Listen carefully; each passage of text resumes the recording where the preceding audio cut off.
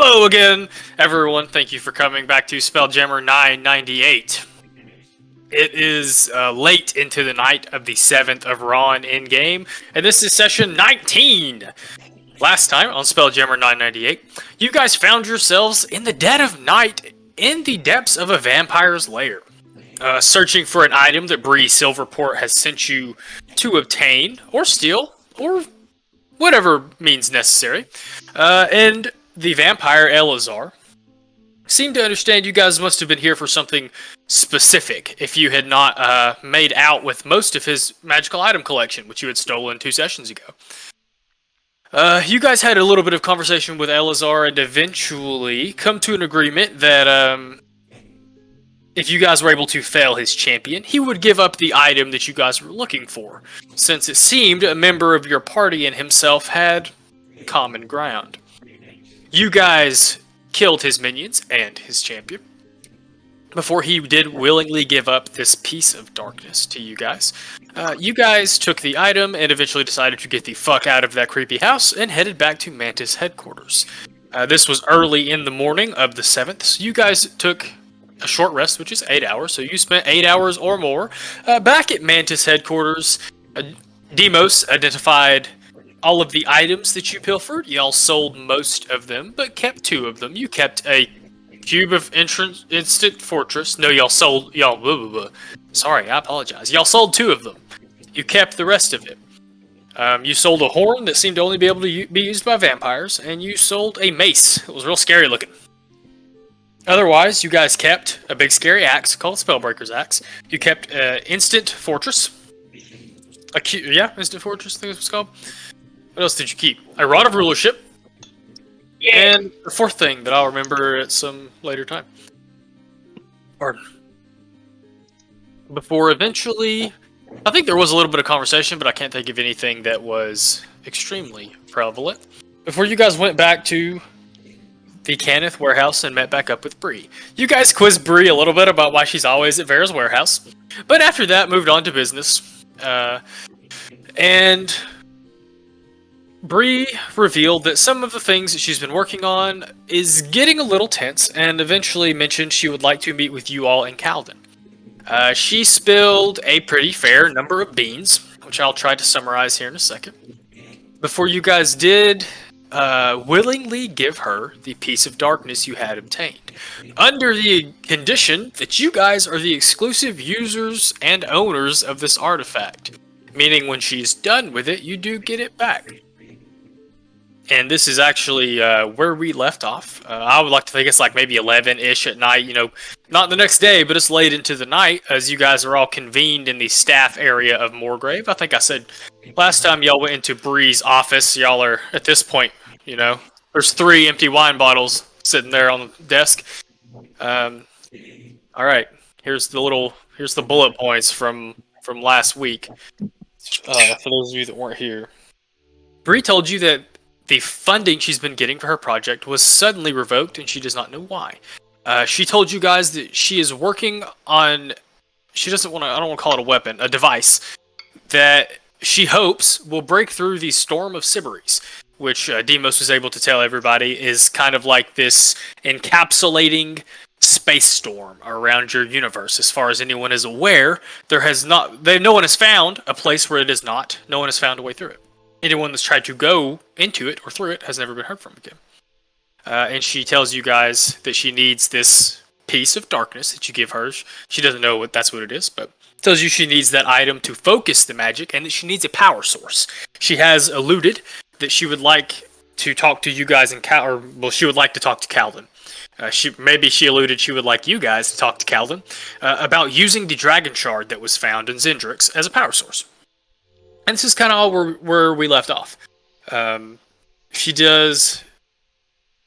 can continue to explain her plans. That's where we stopped god dang it, last week.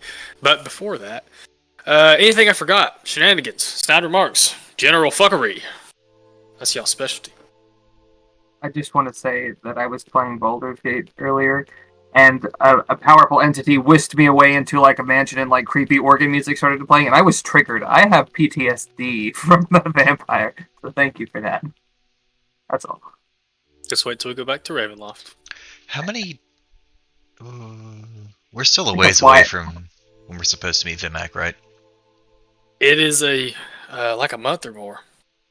You might could attempt to reach out to him if you wanted. No, I just wanted to make sure we weren't going to miss it. That's all I was scared about. Nah, sorry, I forgot where that window was. That is on the 5th of Sephiroth, which is a little less than a couple of days less than a month. I just want to make sure that everybody sees Joey's sweet shirt. Oh yeah! Yeah, You're right. Yeah, we have to do announcements for merch now. Dragons. Oh no! Welcome, ladies and gentlemen. We have merch now. Visit AppalachianDragons.store. All right, Joe's the merch guy now, the merch advertiser now. Technically, it's even better. Created by the lovely artist Barbara Painter, who crafted it using an advanced cricket technology. I don't know if I can plug that brand, but I'm doing it anyway. So look at that. Shiny metallic bronze and gold, plus the blue and the blue and the green are like the perfect shade, Barb. 10-10. I know. Sure looks great. I'm very happy with it. It's also put it in my order soon. Available in a heathered athletic, as well as stringer tops and more coverage. Yeah, man. Hats. I really could put it on a thong if I have to. I can put it on anything. Vinyl hats, embroidered hats, stickers. All right, we can stop there. We have hats, shirts, and stickers. We have hats, shirts, and stickers right now. We'll have. That's for those who want to do more than just smashing that like button and subscribing. Damn straight. Look at y'all. Oh my god, here we go, y'all. This is scary. Alright, that was good general fuckery, y'all. I appreciate that. Alright, y'all. Is there anything... Oh, one last thing. Calvin did tell Demos he would like to talk to them separately, that he had some things he needed to talk to them about that seemed to be separate from what Bree has revealed. Okay. Do you guys have any questions? So you guys have just handed Bree this piece of darkness. She does not touch it. She wraps it up and puts it on in a bag on her person. And you can see her. She's a little emotional, but mostly composed, and is like immediately begins pacing around her office. Picks up the bottle, one of the bottles I've been drinking from. Doesn't even use a glass and just hits it. She says, "Okay, this is great. There's still some more things I need to do, but I have one of the 3 final pieces that I need." And she gives a little bit of a look at Calvin for a second before looking back at all of you. She says, "I am hoping you guys can help me with a dilemma. I no longer have the funding I once have, and we need a Speljammer strong enough to hold the Starbreaker." And we happen to have 2 at our disposal. Well, she tells you specifically. She goes on, and I'm not going to do this whole thing in character because there's a good bit. She goes on, and she goes and actually grabs a schematic that's sitting on her desk. Or, well, this one may be hidden. So she goes and does some magic and gets something out of her desk. And she shows you guys like very vague schematics of a particular kind of Speljammer. She says the GIF, G-I-F-F. The GIF make these. They call them bombard ships. And you guys can actually see that this is a large Speljammer. You guys have been on them. It looks bigger than the Hammerhead ship that Thora has. That Cyrelius has. It seems to be bigger than one of those. And has a dragon's head mounted in the front where the ram would be, and you guys can see the diagram has a cannon in the mouth of the dragon. She does go on to tell you that the GIF make these and that they are usually they shoot gunpowder, but she has heard them to be modified to do arcane things. She says she knows for certain this type of ship would be able to support the weight of the Starbreaker, but she says I'm not picky. Anything you guys can get a hold of, or even if you can help me, if you can provide for me a way to get the coin. I was hoping that perhaps this would be more in your forte, and that other conversations can be had about a power source. Side eye to Calvin. So I think I misunderstood. I thought Calden approved the use of the Dragon Sword, or just said that he would consider it. You had asked him. Demos had asked him how he felt about it. And he told you that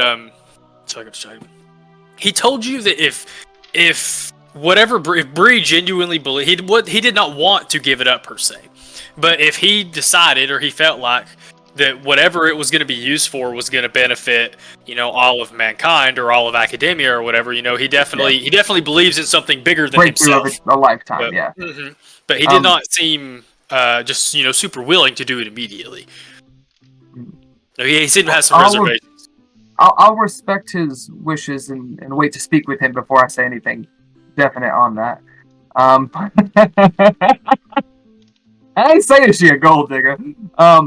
However, so you said that the bombard ship can support the Starbreaker, but she's not picky. Does that mean that ours can do that already, or? If you tell her about the ships you have, she tells you that Yeah. neither one of those she A thinks Damselfly 86,000 Z and Yeah, a damselfly and a wasp ship. Which she says a Wasp the- 700. Yeah, she says the Starbreaker is likely to be nearly the size of both of those ships. Maybe not quite that big. I do not think either one of those will be strong enough. You would need something. Trying to think. You would need a space galleon at the minimum, which is y'all rated a space galleon. They just look like regular sea galleons. We should have stolen it. I knew it. She Yeah, says there And may be other. regarding coin, she mentioned if alternatively we could give her funding, how much coin we talking? She points to the bombard. She says these are 50,000 gold before the spelljamming helm. Before the helm, which is another is- 10,000. Yeah. You reckon we could rip the helm out of one of our existing ships and transplant it? I if we am get the not a 50s spelljammer mechanic. I am not a spelljammer mechanic, but I would imagine it must work that way. We know what guy. What was his name? Yeah, I know a Fucking- couple of guys. That fixed Boomhauer? Zephyr's leg. Yeah. Boomhauer, Was it yeah, but Max? what's his... Max. I called Max, him Max, that's but it. in the notes he's Maximilian, and I was like, this mechanic is not called Maximilian. No, his name's Max. It's, yeah, it's funny. I like to imagine in the Boomhauer voice he tries to say Maximilian, but Max is all anybody can ever pick up, and so that's what they call him. I will. I mean, if we get the 50,000, I suggest we try to get the 10,000. I mean, 3 ships just has such a nice little balance to it. You understand? My, Especially 1 large vessel and 2 smaller fighters. It's got very Vader flying in the pit with the 2 T-wings at his side. I reckon buying a ship to fit the thing does kind of match our style a little bit, considering that we also ask for exclusive rights to use it. Guarantees it's not going to go anywhere without us anyway, since the ship will be ours and ours alone. And then I look over at Bree. She kind of shrugs. She says, if you guys are willing to leave it in a hangar for as long as it takes to fit the Starbreaker, then that's up to you guys. If you guys choose to purchase it and choose to let me use it, there's nothing I can really do about that. She's referring to ownership of the Starbreaker as well. Right now, you guys own the piece. You don't own the Starbreaker. She says, I cannot give up the Starbreaker. I would be glad to give you guys jurisdiction. Excuse me, and I misunderstood. We had said exclusive usage, and that's what I'm thinking of, not ownership of. My apologies. No, you are correct. I'm rather intrigued to see. We've got a decent bit of coin now. I know we don't have 50K. I was about to say when you guys she already looks a little freaked out at y'all have not flinched. When she said 50,000 and y'all didn't flinch, she's over here like. Gentlemen, we have 60% of that already. We could probably take a few odd jobs and. Without requiring a roll, at least 3 of you would remember that. You better leave some of that for me. At least 3 of you would remember. Megan's drinking all my wine. She's already had half of it. You were talking about our gold? Yeah, I was about to say, did we promise somebody something? I forgot. I was like, do we owe somebody money? No. No, at least 3 of you would make the connection. That you know a GIF. Cyrilius is a GIF. I was literally going to say it. May or may not have connections to find out more about these bombard ships. That being said, you could go to the Mercane and shop around or Max and shop around other types of Spelljammers. Not the GIF is where Cyrilius is where my head went. Mm-hmm. Any excuse to talk to my old buddy Si. We are. Let's. This is pretty. Miss Breland, not Breland. That's the. I'll go. Sorry, Miss Bree, Silverport. Sorry, there's the word I'm looking for. We will look into the power source and see what agreements could be made. We will look to bankroll the purchase and delivery of this ship. I don't want to. It seems I'm getting so many of these contracts that it almost feels weird. But this exclusivity, I have to stress, is rather important to me in the agreement of this. You've worked with these contracts before. Would you be willing to make one as such? I feel like there may be like a moment or two of hesitation before it's clear on her face. She doesn't really. She doesn't feel like there's another way through this. She nods and she agrees. She's yes. I will. If you can have something drafted that meets your agreements, I will have Vera take a look, and then I'll have Oz take a look, and then we can go. We can discuss any changes from there. Excellent. I'm rather glad to hear that A1's been picking up quite a few of his tricks. By the way, seems you'll not the Durrani. I'm sorry. What is Decanter?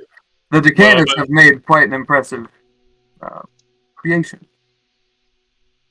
He is unique. To be honest, I'm amazed none of you have lost him. But that's how. That's what got you this gig. And she slaps the maps on the table, the diagrams on the table.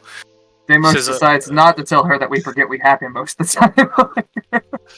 I like to admit, y'all have been very careful about keeping him safe. So at this point, I kind of assume during dangerous stuff, especially, y'all have put him somewhere safe. Okay. Is there anything else I can help you all with? I know it's late and we all probably need to go to bed. But is there anything I can be of service? I will need a minimum of a week to put this into the Starbreaker. Pats her back. That's acceptable. We'll need some time to gather resources on our end. And to that effect, gentlemen, what work should we pick up to try to do this? We've got a few loose end quests, I believe, but we could go back and look at the board at the Xeno Limited and Xeno Unlimited. We're gonna talk to Sai anyway, so Cyrilius, excuse me. So it's an inside thing, I gotta call him by his nickname. Yeah, your buddy Sai, yeah.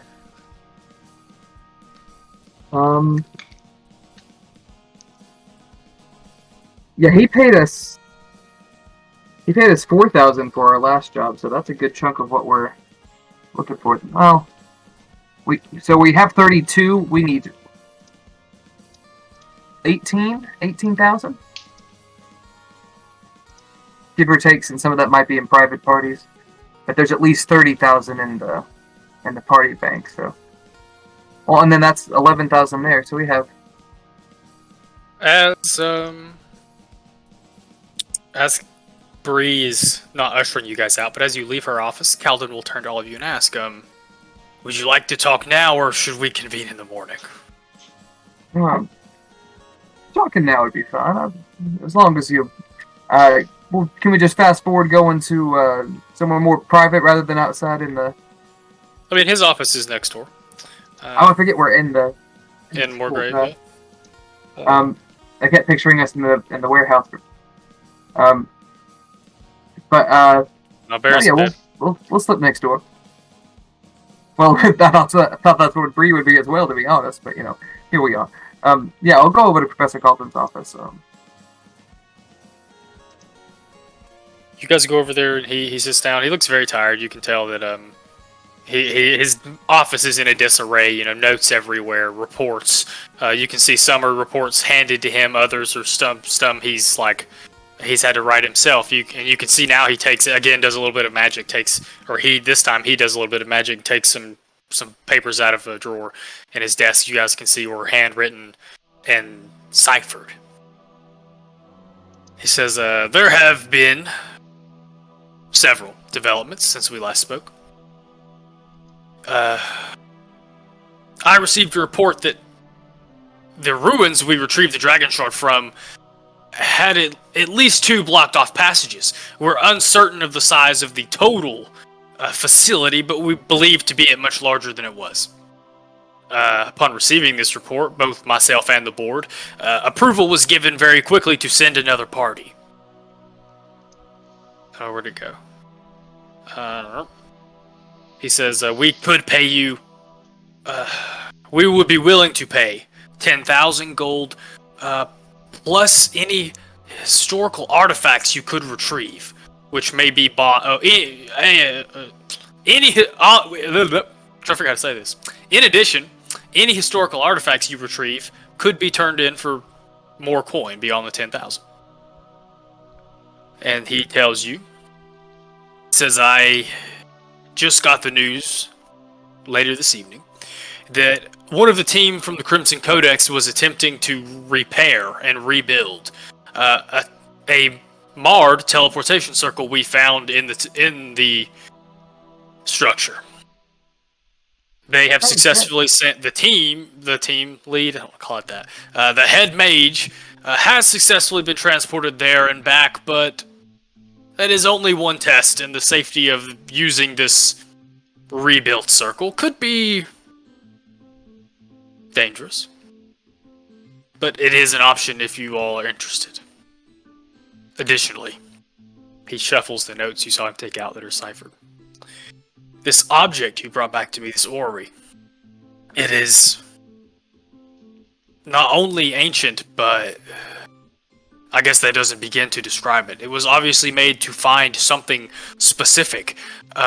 It absorbs an enormous amount of power.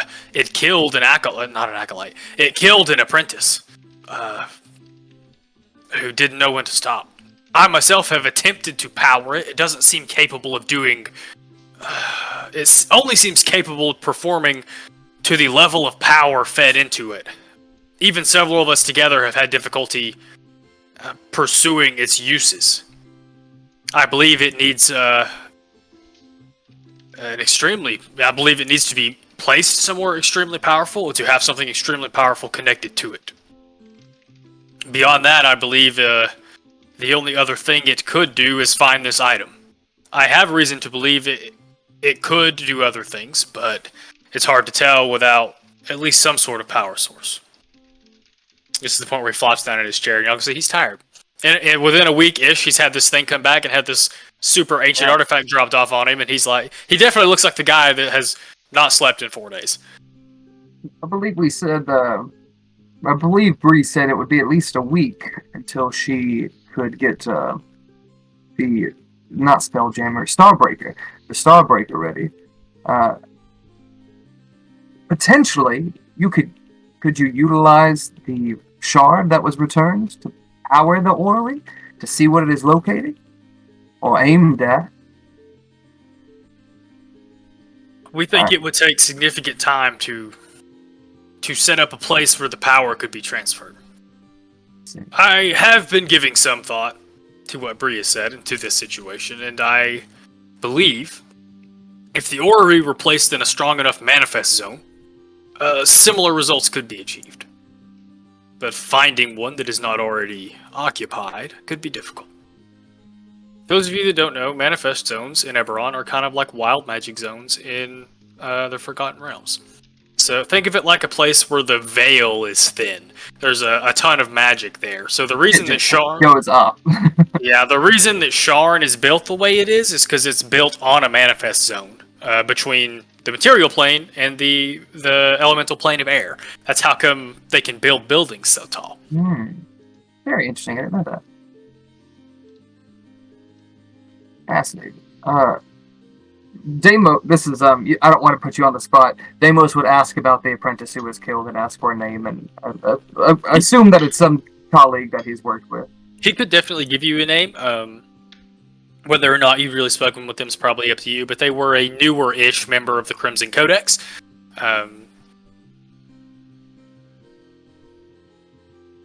You gather a potentially gifted one if they were working with Kalden on something like that.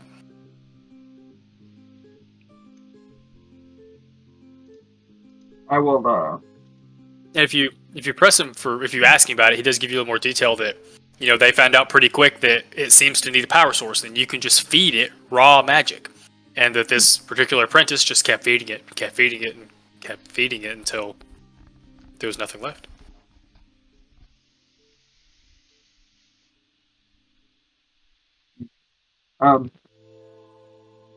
I'm sorry, I'm processing a lot of this.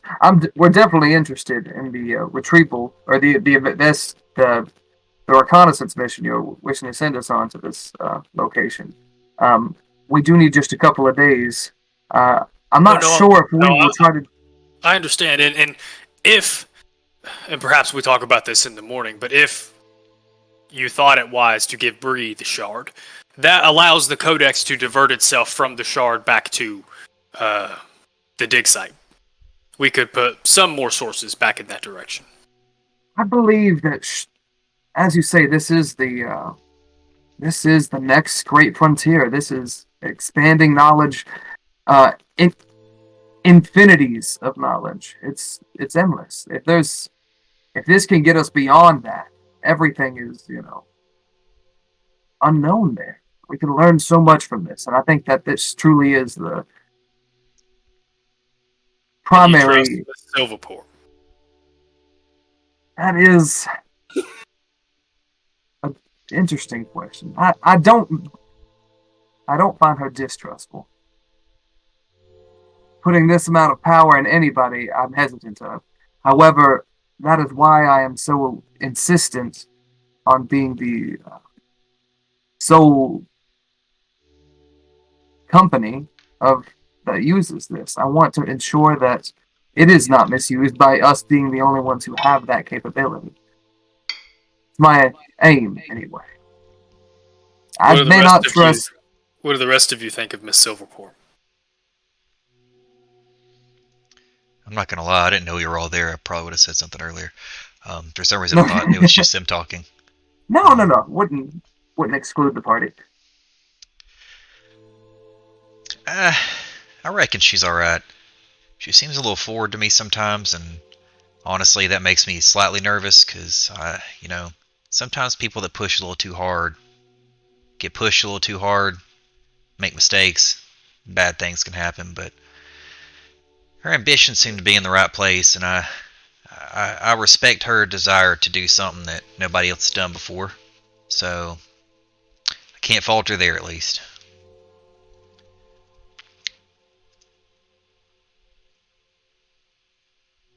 She seems rather fond of Zephyr. I don't think Zephyr returns the sentiment, but... Oh yeah, Zephyr is busy blasted. She turn it around on him, like, how you feel about her? I mean, she's pretty honest, but, I've got this feeling that she has her eyes glued on me all the time, and it makes me a little bit uncomfortable. Itchy. But that's just a personal thing and does not reflect entirely on her character. Randy, when you ask what he thinks, he says she has been successful in her line of work, brokered several deals between other schools and other organizations across Corvair. As alluded before, I guess months ago now, I was aware she was working on something big that some of the board is aware of, but I didn't know it was anything like this. If members of the board have agreed to allow her to work on this privately, she must be very bright and gifted. But bright and gifted also can come with brutality and ambition. If you all agree, or well, the majority of you agree, that we can give this shard to her, I will let it pass from the Crimson Codex's hands. That would give her everything but the ship. Hey, as long as you don't reckon she's gonna break the universe with it, I guess I'm alright. That sounds rather difficult. Got two. Anybody else for using shard to power spaceship? Interdimensional spaceship? Or, I'm for it. Maybe she doesn't need to have it immediately, so he can still do all the tests and stuff until we have the ship. Maybe. It goes make her wait the week. Make her wait till she's done with the other part. Oh yeah, I'm about it. Make her sweat. Not bad. Sweat. I mean, we could tell her. Hey, we'll give it to you whenever we have the ship, unless there's something she needs it for sooner. Fair point. Well, let's let I say let Calden hold it for the week. Wrap up any research or intent that they might need, or any other tests they want to use it for, and then we'll talk to her again. I say in the meantime, we think that checking this out. I mean, 10,000 gold is half of what we still need. So this, and then maybe a mission with Cyrilius, we may be able to cap it off. You guys can, of course, teleport to the rock and talk to Cyrilius and teleport back if you would like. If you would like to see all of your options first. I think that sounds good. We need to speak to him anyway. Is that agreeable, gentlemen? Yeah, probably take a nap first. I think it's late or whatever. It is late. It's time to sleep. I also have a thought that's probably a bad one, but since he's done My what he can favorite do kind. with the Ori, and we're looking for something that's difficult to find, do you think maybe we should go talk to somebody that seems to know a lot about difficult to find things and see if he has any ideas? Even if he is purple and kind of creepy? Talking about Goob? No, He's talking talking about about Sly. Talk about Sly. Oh, okay, I see. Sly is technically a black-skinned tiefling. He Oh, does I have lots forgot. of purple and stuff Yeah. on. His character token, I think, looks purple. Yeah, but if I would have said that versus purple, we canceled immediately. Fair. So All right, you're right. Fair enough. Okay. I'm open to it. I mean, he Talk wanted to it. our two. He wanted it anyway, right? We kind of sort of skated around giving it to him, and he might have gotten a little mad, but.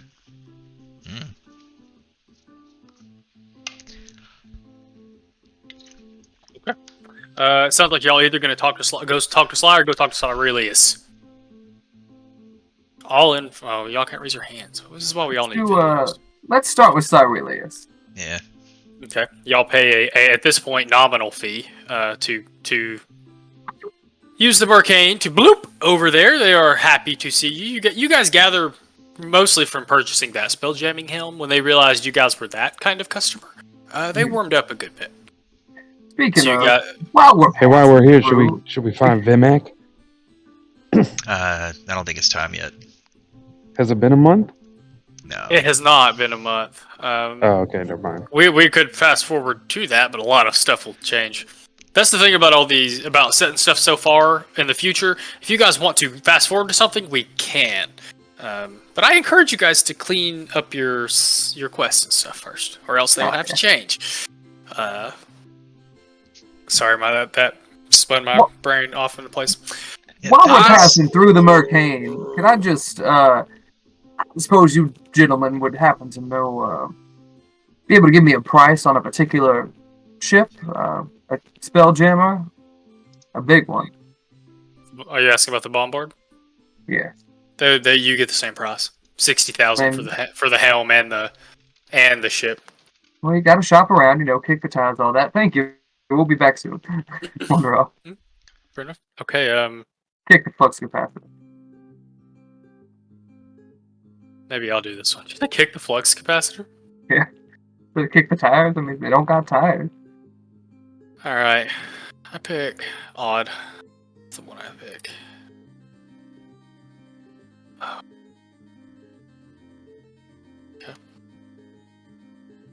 Okay. You guys appear on the Rock of Brawl.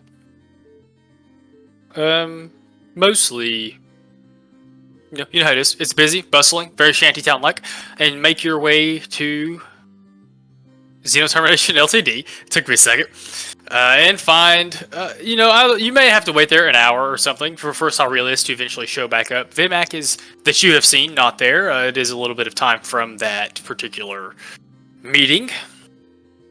Cyrilius is happy to see you guys when he walks in and sees you guys all kind of looking for him, waiting for him, like kind of loitering in the first corner you saw him in. He gives this big old hippo smile, I guess. He comes sauntering over. He says, "Well, I heard you all. No, I heard you all had put quite a thrashing on the Star Reaper himself. That's quite impressive. Congratulations to all of you." And he just seems very happy to see you all. We're usually on the ass kicking side of things rather than vice versa. It's rather new to me. I'm pretty excited about it. He said, yeah, he said you all will be visiting here with him soon. I hope you all aren't coming to cause any trouble. An acceptable amount of trouble for where we are. Don't say that, but that's... Randy, why don't you, Wait, we're talking about Vimac. Yeah. How He, does he said that Did we give he's- him a heads up? if you ask him, he He's says heard that about it. Vimac let him know that he would be coming that around that time. That's a small world. You know, I sent him this way and told him to ask for you a month from after we talked, because I had no clue if you guys had any kind of relation. Well, he did mention you by name, but I felt like it was a safe bet to put him in a public place, somebody I knew. Yeah, we've never met, but he is one of the few whose reputation matches my own. No, that wouldn't cause any trouble. I sent him here just to be safe. Public place with a big guy like you, I figured it's a better bet than meeting him in a back alley somewhere. Bold of you to think I want to fight him. We tear this whole building down. So I'm trying to lose the southern accent. No, it's this meant to be a peaceful conversation. I wanted the insurance. I understand that. Y'all come looking for work? Coin? if you got Advice? it. Drinks? Gesture to the bar. All of the above, actually. We sure did, Let's but first, look at this. And I pull out my mithril katana with the bone hilt on it. Ching. The abjurative bone yeah, hilt. you're probably familiar. He nerds out on it, like nerds do when some cool technological thing is shown off or whatever. Right? Fucking weeb showing off the katanas to each other. Yeah, he does. If you allow him, he does hold it and wants to hold his hand and move and test its weight and all that fun stuff. And says that is spectacular. Where did you get this? The hilt, particularly. This is obviously a mithril katana, but I've never seen this. I'll tell you a little story real quick. Me and my friends went on a pretty difficult Whiskey.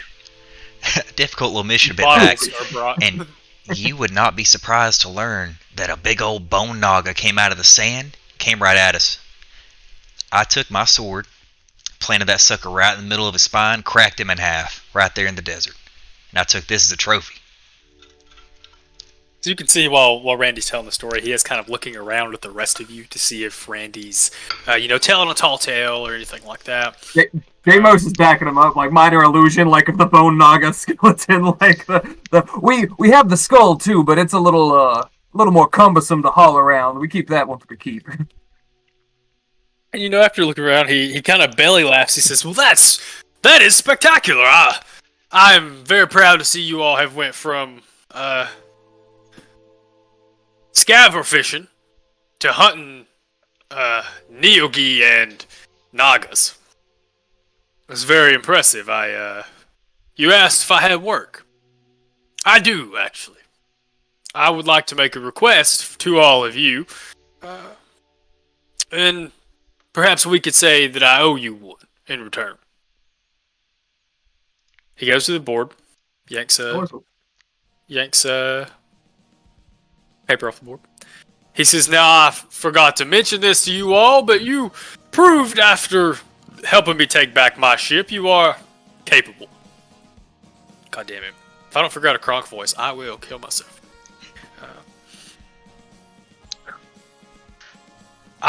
It would mean a lot to me. You got to understand this kind of work is difficult for a single mercenary like me, and he slaps the paper down. You guys have seen this quest before. It's listed on the it's listed in the board, but you see it's changed a little bit. And it's the one, it was called remove the creature, so that doesn't necessarily mean kill. But for a lunar dragon, a young lunar dragon, has made its lair nearby a shipping lane. The last time you guys looked at the job posting, it had already acquired the loot from several ships to grow its hoard, and at least one Speljammer. Cyrilius tells you that they are known for stealing Spelljammers. They love to be taking things from people. But Like I said, this is hard for someone like me. There's only one of me and 6 of all of you. You can keep all of the hoard. It is yours by conquest. I just want it gone for the sake of local commerce. Deimos sort of has to get over the fact that there's space dragons, and that just kind of blows his mind for a minute. But no, that sounds quite agreeable. Gentlemen, we might be able to utilize both of our spelljammers as bait, as it were. Try to draw it out and get it away from its habitat. That said, I'm always good down for digging around in a moon crater. It does sound like a mighty fine time. I'll confer with the party really quick, but he said that he has an IOU. I think I'm just gonna say it. You said you'd owe us a favor. I already got something in mind that I think might be agreeable to my friends as well. We need a very specific type of ship, and I think that you might have the right connections to get it for us. And I explain the schematics for the ship that we just got asked to acquire, which I believe he would be very familiar with. You want a bombard? Now, yep, and I ain't asking for it for free, but I feel like, deep down in my gut, you can at least get us some kind of discount, or know a place to get one for a little bit cheaper than the street market value. I could get you all one. Fucking Christ. Sorry, I'm real mad that I can't not sound like Sly. I could get you all one for less than the Mercane sell it. I do know people back home that manufacture these. I could sell you mine, but it is a sentimental piece. I would encourage you all to wait the time it takes to have one shipped here. Agreed. We don't want to buy your ship out from you. What would you be talking as far as a monetary figure? You get that dragon dead. You bring me a piece of its corpse. I could get you all one for 35,000 gold pieces. 35,000. You run it off. Well beyond 40,000 gold pieces. Okay, I like that option because Deimos doesn't want to kill it. If I'm being honest, I was thinking, I definitely like having the option because I originally didn't want to kill it if we didn't have to earlier either. I want to see a dragon. That's cool. Space dragon, What? heck yeah. What was that? 40,000 if we kill it. If you run it off. 35,000 if you. This isn't what he's giving you. This is what you would pay to get a bombard. Oh, I got you. You're right. I see. 40,000. You'll pay 40,000 if you run it off. You'll pay 35,000 if you bring him a piece of its corpse. But if we do that and sell what we get from the horde, we'll have enough to purchase it. right, I plus feel like we would theoretically get a Spelljammer out of the deal, like You'll get automatically. Get the hell. We hell, You'll get the yeah. hell Yeah. out of it. Right. I Which think that's a great play. I'm about it. I wanted y'all to see this option before you ran off to go do other stuff. No. It's how far is it from the rock? He says you could be there in about 2 days. You know, that's the reason this is on the quest board. It is very close to a major shipping lane, which is why everyone wants it gone. Is it inhabiting an actual moon or asteroid, or what is it? This one is, he tells you, this one is small enough that it has hollowed out an asteroid. The larger ones will hollow out moons. We like to deal with them before they get that big. If you catch my drift. Hence the reason I am wheeling and dealing with all of you now. I bet if it like crawled out when the moon is facing away from the planet, they'd never even know that. That's God. I'm so interested in all of this. I have so many questions. He says, we have received reports that this one is particularly vicious. It has not sunk. It has destroyed more ships than we would expect from a young one. We've heard reports it can do magic. Not uncommon for dragons, but these are not particularly intelligent, you understand. Do you have a place research or a library of some kind here on the rock? He kind of chuckles. He says, "No, son. Experience is my library. Unfortunately, you gather most of the stuff he's told you guys about creatures. He has learned the hard way." Is there anybody who might be know more specifically about these lunar dragons? I mean, everything you're giving me is great. Don't. What's his name? What's his name? Elmendar would probably be your best bet. I hope that's the right name. It is now. Elrond. It is Elmendar. Yeah. He gives you directions. You guys were actually when.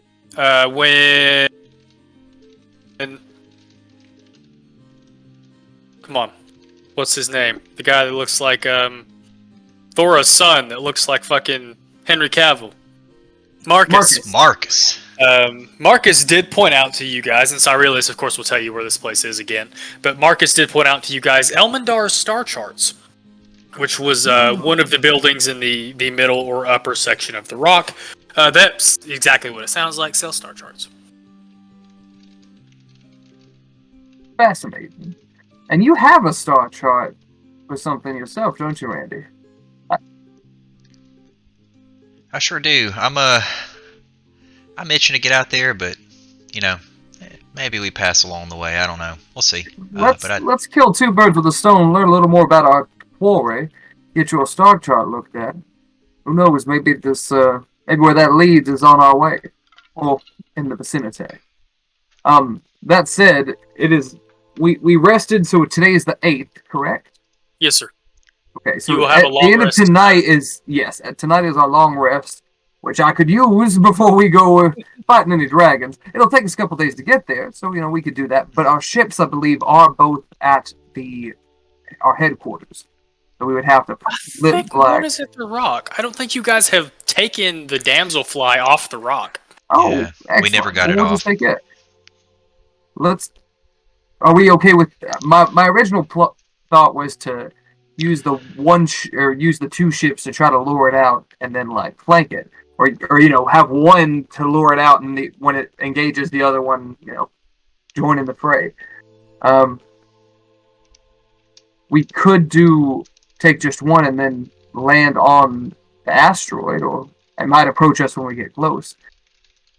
How do we feel about that, gentlemen? On the one hand, I know it likes to go after ships. On the other hand, if this goes really bad, we could lose one or two ships. If we lose one, I don't think. If we lose the one we're on, I don't think it's gonna matter much. But probably not. Drift in the astral sea, in the Siberi Sea Wild is not space. a. Drifting through wild space. Well, I mean, Side technically has a ship. He might be willing to fly separately from us in an effort to divide our attention a little bit. We did retrieve it for him. Yeah, but I feel like he's paying us I feel like he won't offer us as much if he has to come out with us. I think that was his arrangement last time he tagged along. Last time he tagged along was like he had to watch. That's how y'all got entry. Yeah. He was vetting you guys. I thought he was wanting to come along. I'll have a few drinks with him. We'll see if we can't convince him. He did come along to help with the Neo-Gi. He did have there was some Samurai Hippo cutscene. A little bit of Samurai Hippo cutscene. Try to keep that stuff. That's not what this story is about. That's part of it, though. The other cool NPCs, For sure. I thought, well, there was a possibility. I was wondering if y'all were going to end up not having this conversation until Vimac was here, and then you fuckers were going to be like, well, Vimac and Cyrilius come help us kill this dragon. What do you say we still have a week to wait for Bree to get her next part done. What do you say we go ahead and knock this out, get the gold that we need, get the ship ordered, because he's the one we're going to be ordering it from, and once we have the payout from this, we'll have enough. I'm fairly certain. But we're only 3,000 short of the 3,500, and if we kill it, if we get it toward, then we probably will get, I imagine, enough to get the 40,000 price for just running it off. Which I should probably voice now is my intention. I'm not eager to kill the beast unless it's absolutely necessary. Yeah, he said it was particular. Well, I'll do it. He said it was particularly vicious, so we'll see how it treats us. But if there's an option to not murder it, I'll defer to you since it sounds like you maybe want to know more about / study it versus kill it, especially since it's young. Who knows what it is? Speaking of, we should go investigate the shit. What's his name? Elrond. Elmendar. We should go speak to Elmendar and see where that leads. Can we head over that way? If anybody's unopposed? No, I'm down. Let's go. Well, it's on the rock. Yeah. Yeah. Okay. Yeah, as long as I can come back over here. I just want to pal around with Sai for a little bit before I go to bed. It's not too far from where you guys are. We can have and canon-wise, we can totally have a couple of rounds while we're here before we go and shoot the shit. Yeah, I was gonna say, I like to think during the conversation with Cyrilius, there's a fair amount of drinking. After y'all make so much coin, there's just no point in telling y'all how much you spent. You guys make your way, and I forgot to mention, he told you Vimac let him know he would be there. The way he heard you guys want to fight with him, the way that he heard y'all want to fight with him was apparently through a Vulcan's Legion member. Apparently that one made it back home, and so that story has spread around the rock somewhat. Are you saying that we're infamous? What is the if the scale is 100, y'all are like 37? We're making a name for ourselves. 37's we have 50 alright. followers on YouTube. Speaking of which, smash that like and subscribe. You guys make your way to Elmendar's star charts, and make your way in. And I really wish I had known you guys were going to be there today, because there is book art for this shop that looks amazing. I'm gonna find that and try to talk at the same time.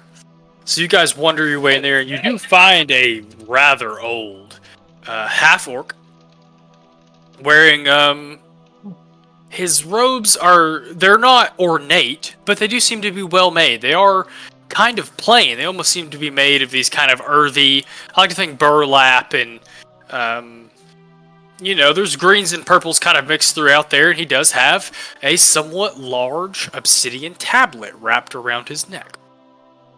what? I didn't stutter. And he greets you all. He says, more adventurers. It's a pleasure to see you all. I should call Wildspacers for this campaign. More Wildspacers. You all normally give good business and good stories. It's a pleasure to meet you. My name's Elmendar. Can I help you? What the fuck is that tablet for? I'm kidding. We understand that you're quite the expert on star charts. We have my friend here has something that we'd like you to take a look at. Lay it out. Okay. Trying to get to wherever this is pointing, because I think something that would be pretty cool to find is there. You point me in the right direction? Oh, hold on. Oh no. I just realized I messed a bunch of stuff up for the recording. Oh, that does suck. You can fix it, break. No, I can fix it right now. Like, I need to fix screens. I had to fix screens so that it didn't. I got you. I'm browsing in the wrong spot. You lay the star chart down, and he looks over it, and he kind of, you can see at first he's very quizzled. Someone's presenting him a star chart that he's not selling. He didn't write. And he looks at it, and he tilts his head, and as he looks at it, you see him get a little more excited. He says, this is a mostly unexplored section of wild space, the best that I can understand. He begins to take other star charts out and begin to kind of lay them. There is a big table, I like to imagine, in his shop. I'm still working on getting that picture pulled up. But I imagine there's a big table somewhere where he starts laying down pieces to try to, put this star chart where it goes in that sector. And you can see there are a fair chunk of missing maps, that uncharted sections of that section of wild space. He says, I think we can, and you can kind of see him, he looks a little conflicted, and he says, I would like a little bit of coin, but I think I can tell you how to get there. Define a little bit. 5 gold. Make it 10. He gives a big smile and says, "Successful Wildspacers, even better." He takes your 5 or what would that technically be? 1 platinum piece. Takes One your platinum. platinum piece. And he starts like where you guys are kind of aware of. He starts in like a charted system, like where a bunch of trade routes would be. And then he fills out for you. He kind of does this from scratch. He gets a new map and begins to draw out the rest of this star chart. And you can see at various points, perhaps twice during this whole process, he does have to pick up the tablet around his neck. You guys see a small amount of light emit from the tablet. You see his eyes kind of glow this silver. I know y'all don't know what the astral sea is, but I like to think it's that color. As he seems to stare into the tablet for a couple of seconds to a minute at a time, and does, after 10-ish minutes of work, manages to plot out a star chart from a place where you guys know how to get to this island. It is an island on the Ring of Cibories. So most of you might know, but he would explain, there are sections of land masses that float in the ring itself. This appears to be a section, one of those islands that float on the ring. Here is how you get here. He hands it over since you've already paid. What's the ETA for that? What do you get there? Yeah, like how long would it take us from the rock? From the rock. 1 second, I finally found the thing I wanted to send you guys. And actually, I would like to change my narration. I apologize. Let me throw this picture in here before I change my narration. Bloop. Bam. Ooh, very nice. So I like to think instead of looking at the tablet, he goes up onto that platform and looks through that telescope. The tablet and his eyes and parts of the telescope do glow. You gather this is more than just an actual telescope. It seems to be a focus of some kind for whatever magic he's using to do this. Does this seem like a school of divination? I mean, star chart, like, I feel like this of magics that exist. That's pretty close, yeah. Like he's scrying, which is a. I would think his subclass is divination based. I was thinking if he's the I picture the what it's a certain class gets it. Order the Scribe gets like a quill that like moves along. Just imagine his eyes like glowing and the quill like filling in the chart like. No, he like, his HP printer. I'm pretty sure I got it from the book. The book says his subclass. It's a subclass we're all very familiar with. Very neat. He is a druid, if that helps any of you. Oh. And he does give you the star chart, Randy, a completed star chart. He says it would take you 3 days to get there and probably about 3 days to get back. So I would imagine that we would want to also give him... Pardon. 3 days from Eberron, so 2 days from the run. Oh, so it could be right along the same path, depending. I guess we would also want to get more information along the... Do we already have like a completed star chart for how to get to that young lunar dragon? Or do we need I feel like that's local enough to where it's not. You gather you should, based on the directions Cyrilius has given you, you should be able to find it. Okay. Just wanted to make sure we didn't need help with that too. We do want to understand you.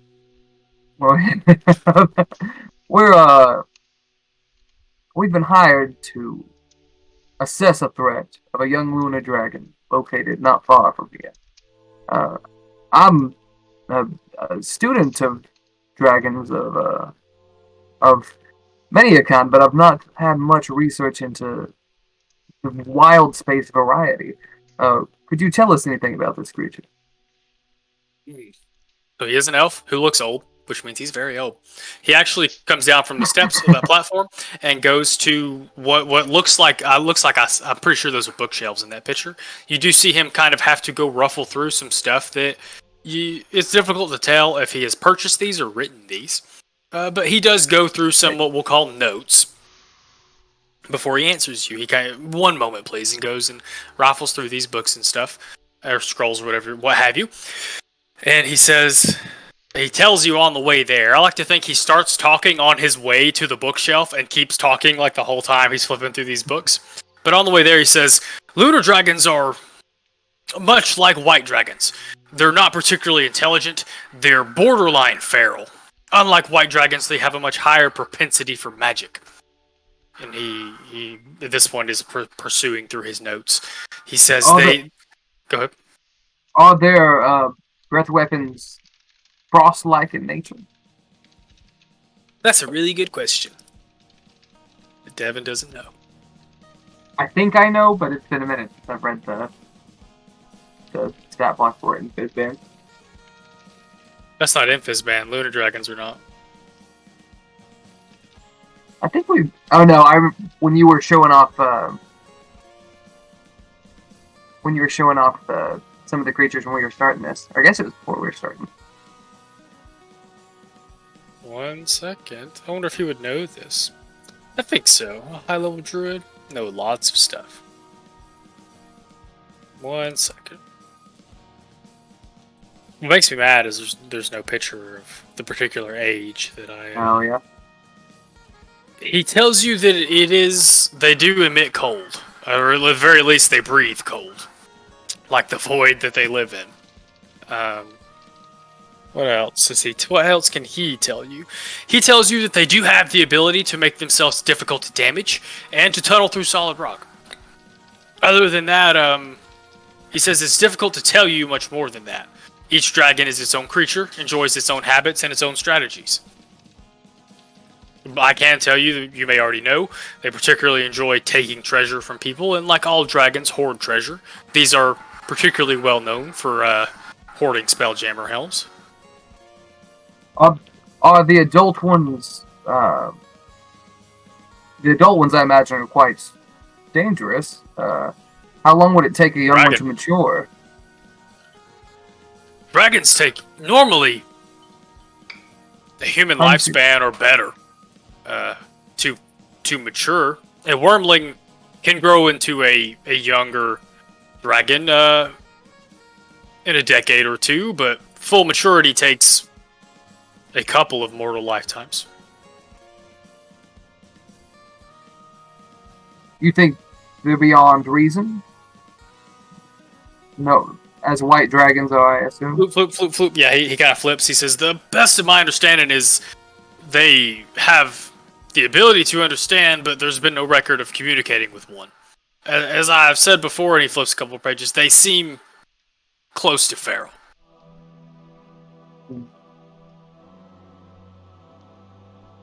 Amos is racking his brain for any spell he might have that might help him communicate or otherwise. I mean, I reckon you speak Draconic.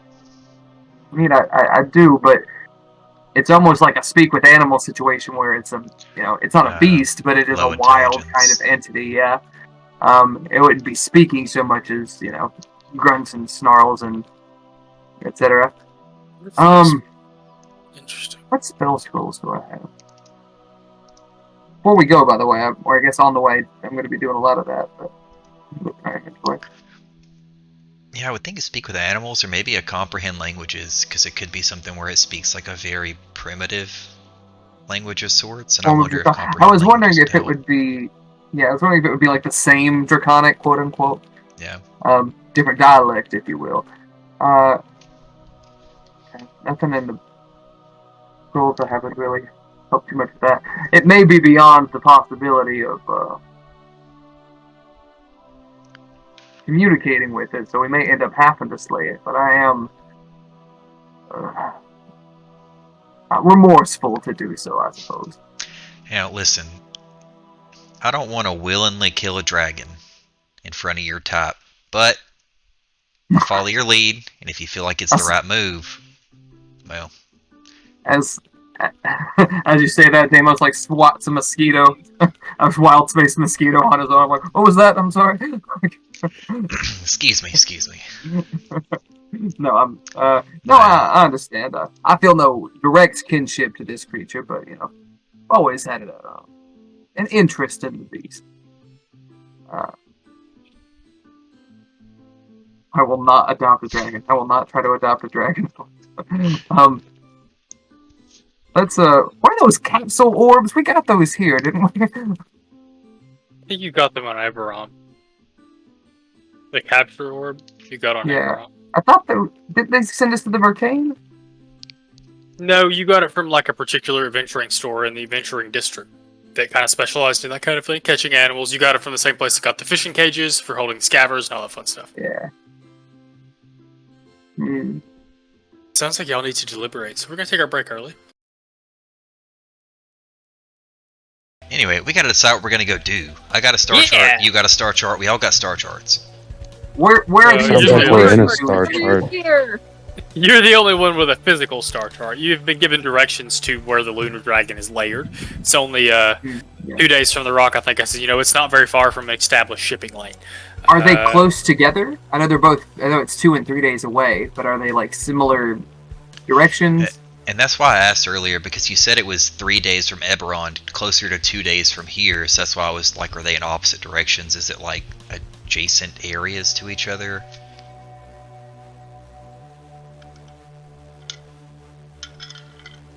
I'm going to say, sorry, I'm trying to make sure y'all don't get dicked, like resource wise.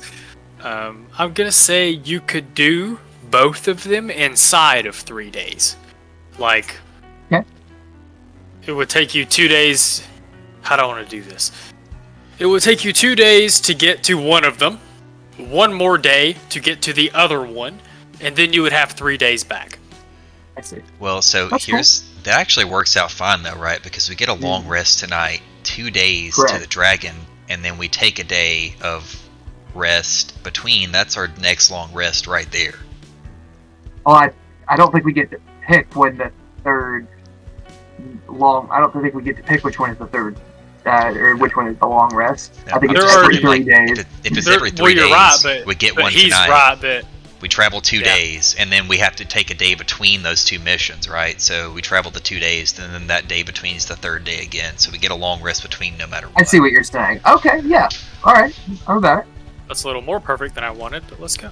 I say we hit both of those, come back here, get Cyrilius to get the ship, and then fly it back to, hopefully with the Speljammer we have, fly it back to, whatchamajigger, Eberron, and then get her to put her shit on it, and get to break in this here fucking space storm.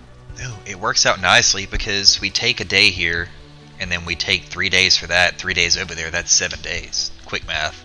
And that's exactly how long she needed to get everything ready before we could put it on the ship. I'm just saying. Devin's more surprised at this fitting together than we are. He's like, oh my god, it all lined up. I totally meant to do this. Time is, from my perspective, time is a weird soup.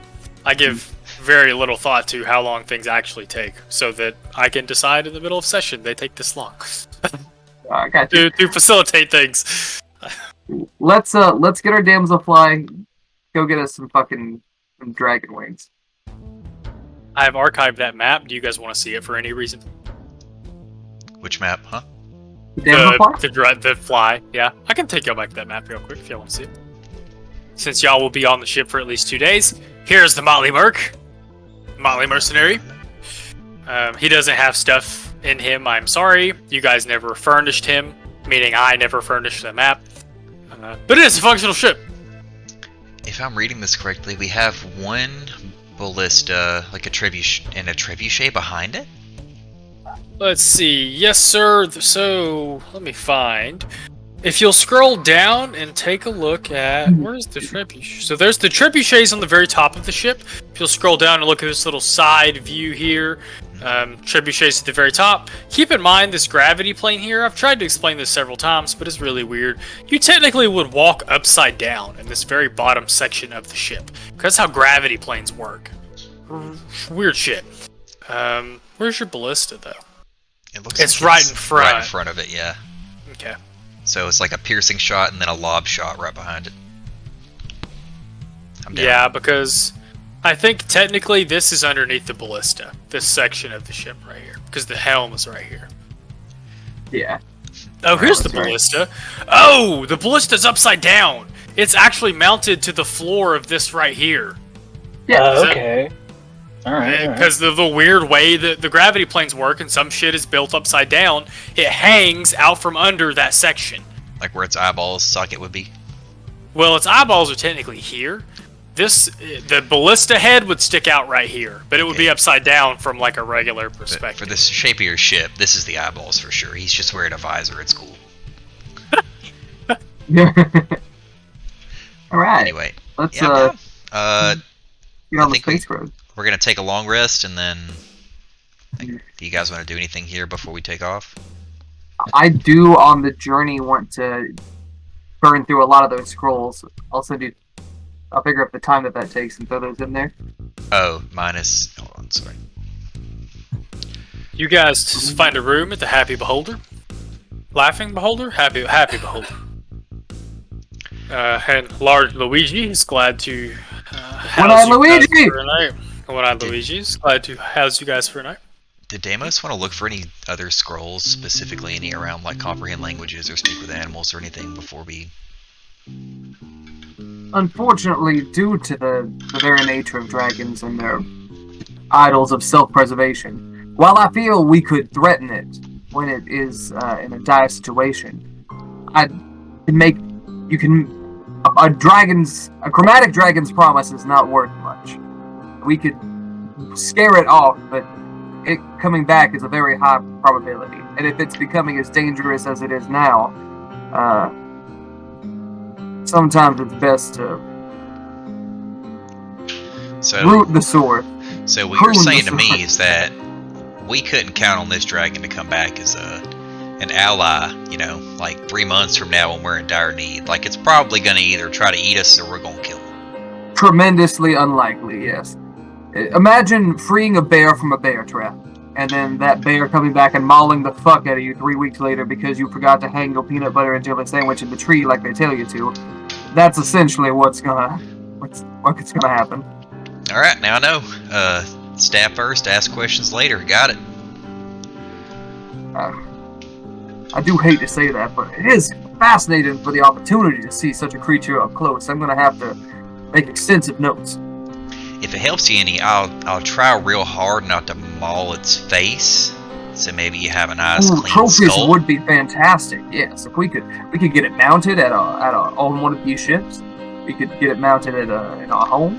Speaking of, we need that Naga skull on one of these ships. That's a sick addition. Oh, that is a good idea. Like the fucking Longhorn skull on the front of the Cadillac. Get the fucking. That way Zephyr can always have a panic attack.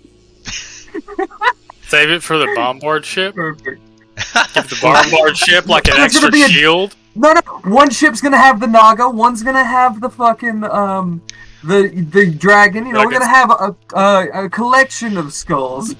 I think this conversation happens between Demos and Randy. Like Randy's sitting with his legs dangling off the Speljammer like he does, and Demos comes and like sits down and is like, and there's like this whole conversation is happening with her legs like tangled off the edge. Deimos does not dangle his legs. Deimos sits about a foot back from the edge, like that's good enough. That's Randy's one of those characters. He looks at it, he's like, "What? Gonna fall? No, I'm not gonna fall. It's fine. Don't worry about it."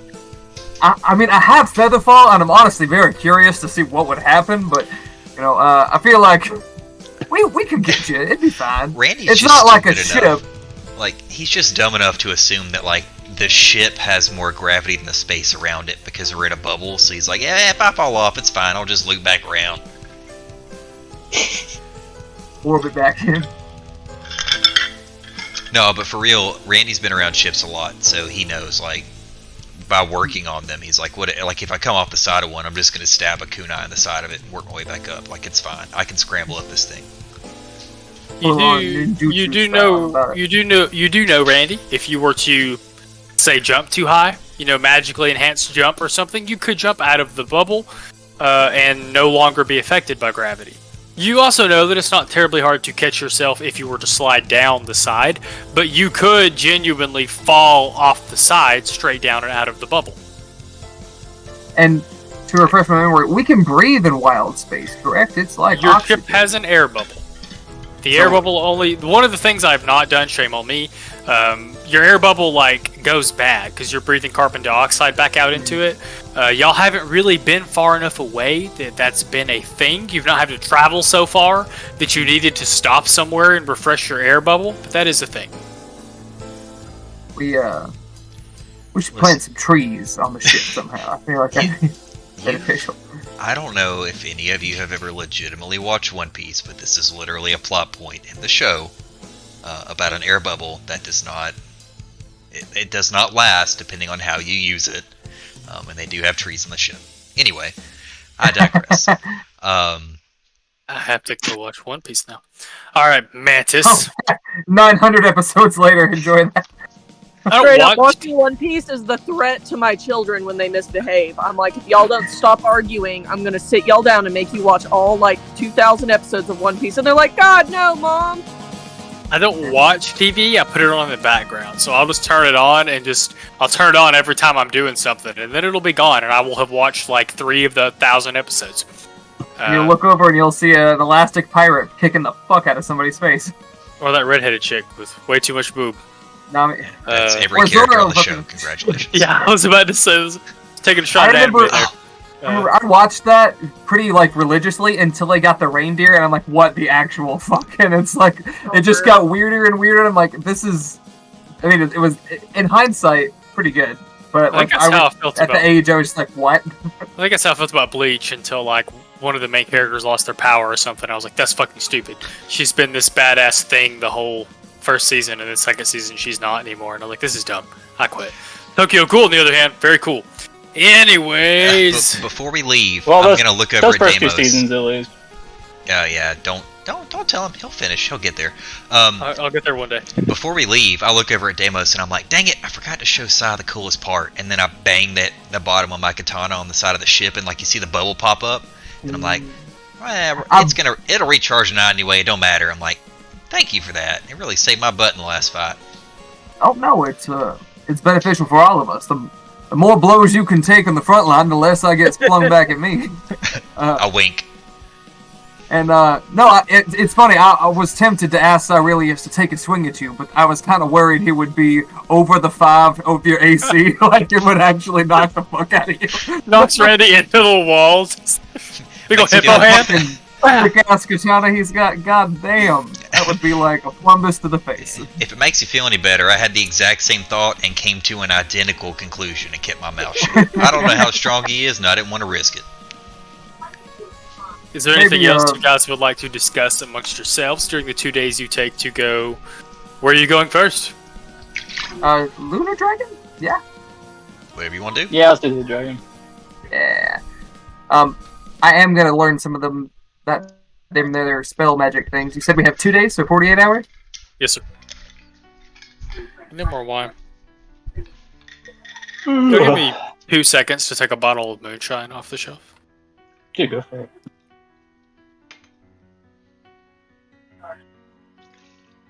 Prepared spell list. I have to get up early tomorrow, so I'm drinking to forget. Yeah, me too. Sorry for him. No, likewise. The last hour of the session is brought to you by Sugarland's Blackberry Moonshine. Ooh, yeah. Sugarland the band? I like Old Smoky better, but Sugarland's pretty good. Anyway, Old Smoky, the Hunch Punch Old Smoky. All y'all go check that shit out. Good stuff. Although I'm a firm believer that if you're paying taxes, it ain't shine. That's fair. As a full-blooded Appalachian, that is just white corn liquor. That's all that is. Yeah, as the full-blooded Appalachian, I can understand where you're coming from. You need that on your tombstone or something. That's so. Really do, yeah. Y'all go. Okay. My granddaddy used to tell me that. I can imagine. Yeah, it's got to be some blue lightning. That's what Old Smoky calls their super high proof stuff. Demos, you're going to learn some spells. Does anybody else like to do anything for the 2 days? You guys are flying through wild space as A1 sets in the spell jamming helm. I'm assuming A1 sits down on the spell jamming helm, and you guys begin to make your way out into the wild blue yonder. In this case, I'm sure it changes colors many times on your way there. staring. I'm just like, that John Denver was full of shit. Nobody gets that reference. I do not get that reference. I'm sorry. Damn it. Dumb and Dumber. Ow. Yeah, I Never mind. didn't hear it.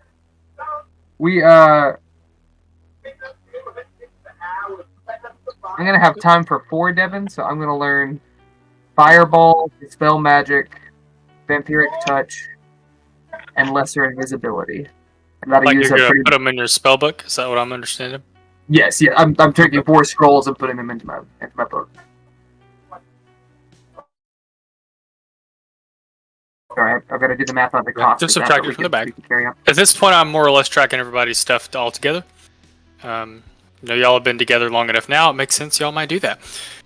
I'm gonna shoot my shot here, and I'm gonna go talk to Zephyr for a second. Oh. Ooh. I'm gonna Don't look forget to hit over. that long rest button. Oh, thank you. I'll look over and be like, listen, I ain't the prime type. I don't really care too much, but that vampire seemed pretty certain that whatever that stupid mumbo jumbo rock you gave us in your leg were acquainted in some way. I'm just curious. What's going on there?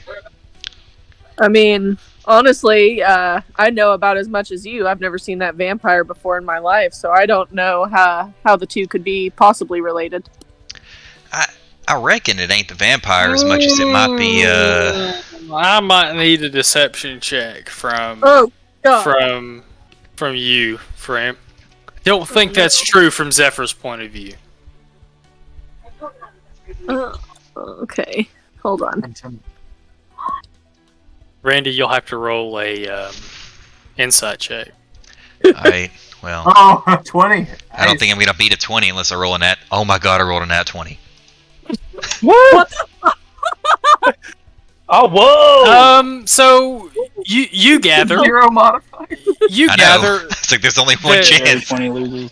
You gather that Zephyr is lying to himself as much as he is lying to you. Okay, fair enough. He genuinely wants to believe what he says is true. Okay. I don't think I'm gonna dig too deep. I'll just look over and say, I reckon holding things in might not benefit you as much as you think it will. I don't really care a ton about what's going on from that stance, as far as if it's darkness, if it's some kind of crazy thing I wouldn't even understand. I just want you to know that we're a crew. I think we're friends. So if you just need somebody to talk to work through some stuff, I'm here.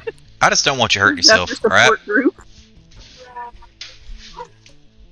I mean, all I'm saying is there's things in this realm that you might not want to ever run into, no matter, the circumstances. If you're asking Randy if he's scared of something, the answer's no. But I guess I'll take your word for it.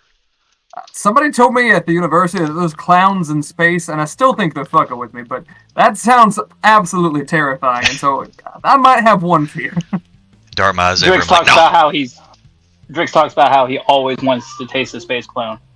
I always heard that tasted kind of funny. Oh god.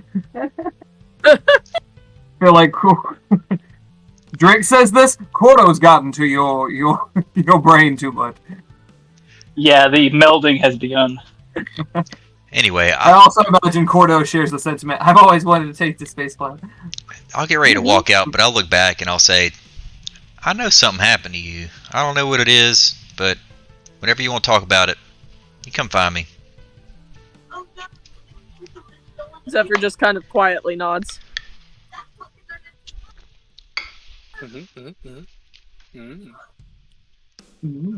Anybody else on your way to the Lunar Dragon's lair? Who else wants to pester Zephyr? Well, you know the least about Zephyr. I don't think Drix really cares. Honestly. That sounds about right. So I'm gonna spend the time meditating. But the Drix and Cordo make plenty of conversation between themselves. Yeah. Okay. you guys make the journey. And of course, there are a plethora of fauna and flora to observe. Maybe not so much flora. This is space. There's many multicolored, and I like to imagine, just based on all the art and the descriptions we've had of Wild Space, it's kind of like taking a drug trip. Lots of colors and things like that. Y'all saw the fucking sky out, above Elmandar's shop. The Rocker Brawl being in Wild Space. Like, obviously, it's real trippy to fly through. Lucy in the sky with diamonds.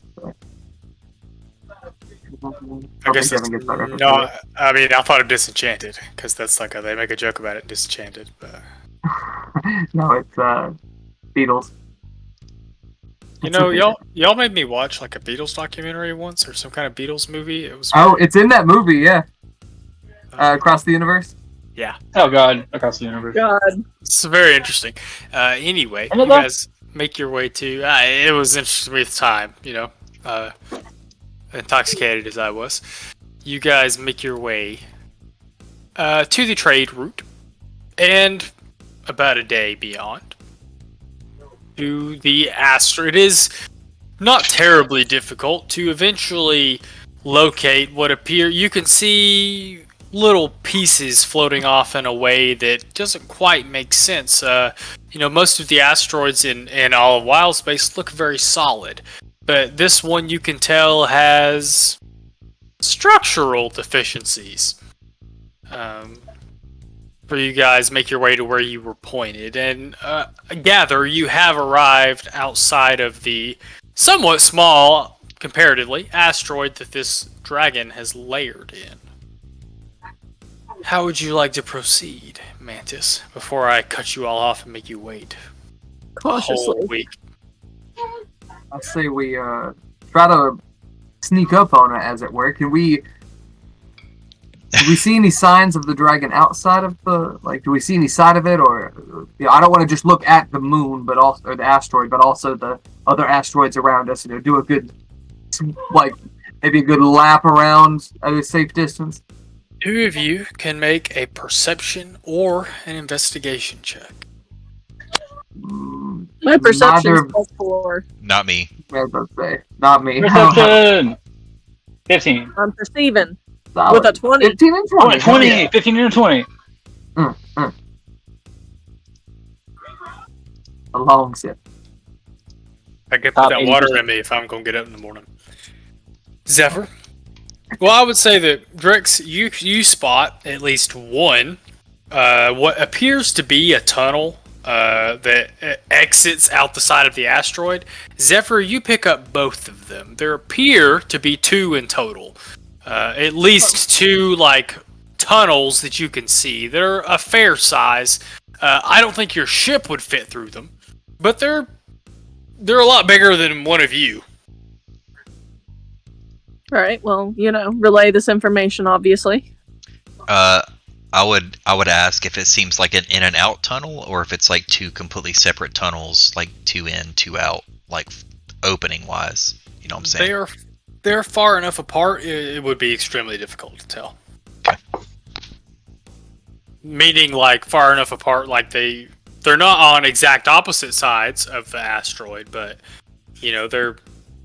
One might be on the east and one might be on the west, but they're far enough apart, it's really hard to tell if they meet or if they're the same tunnel. Well,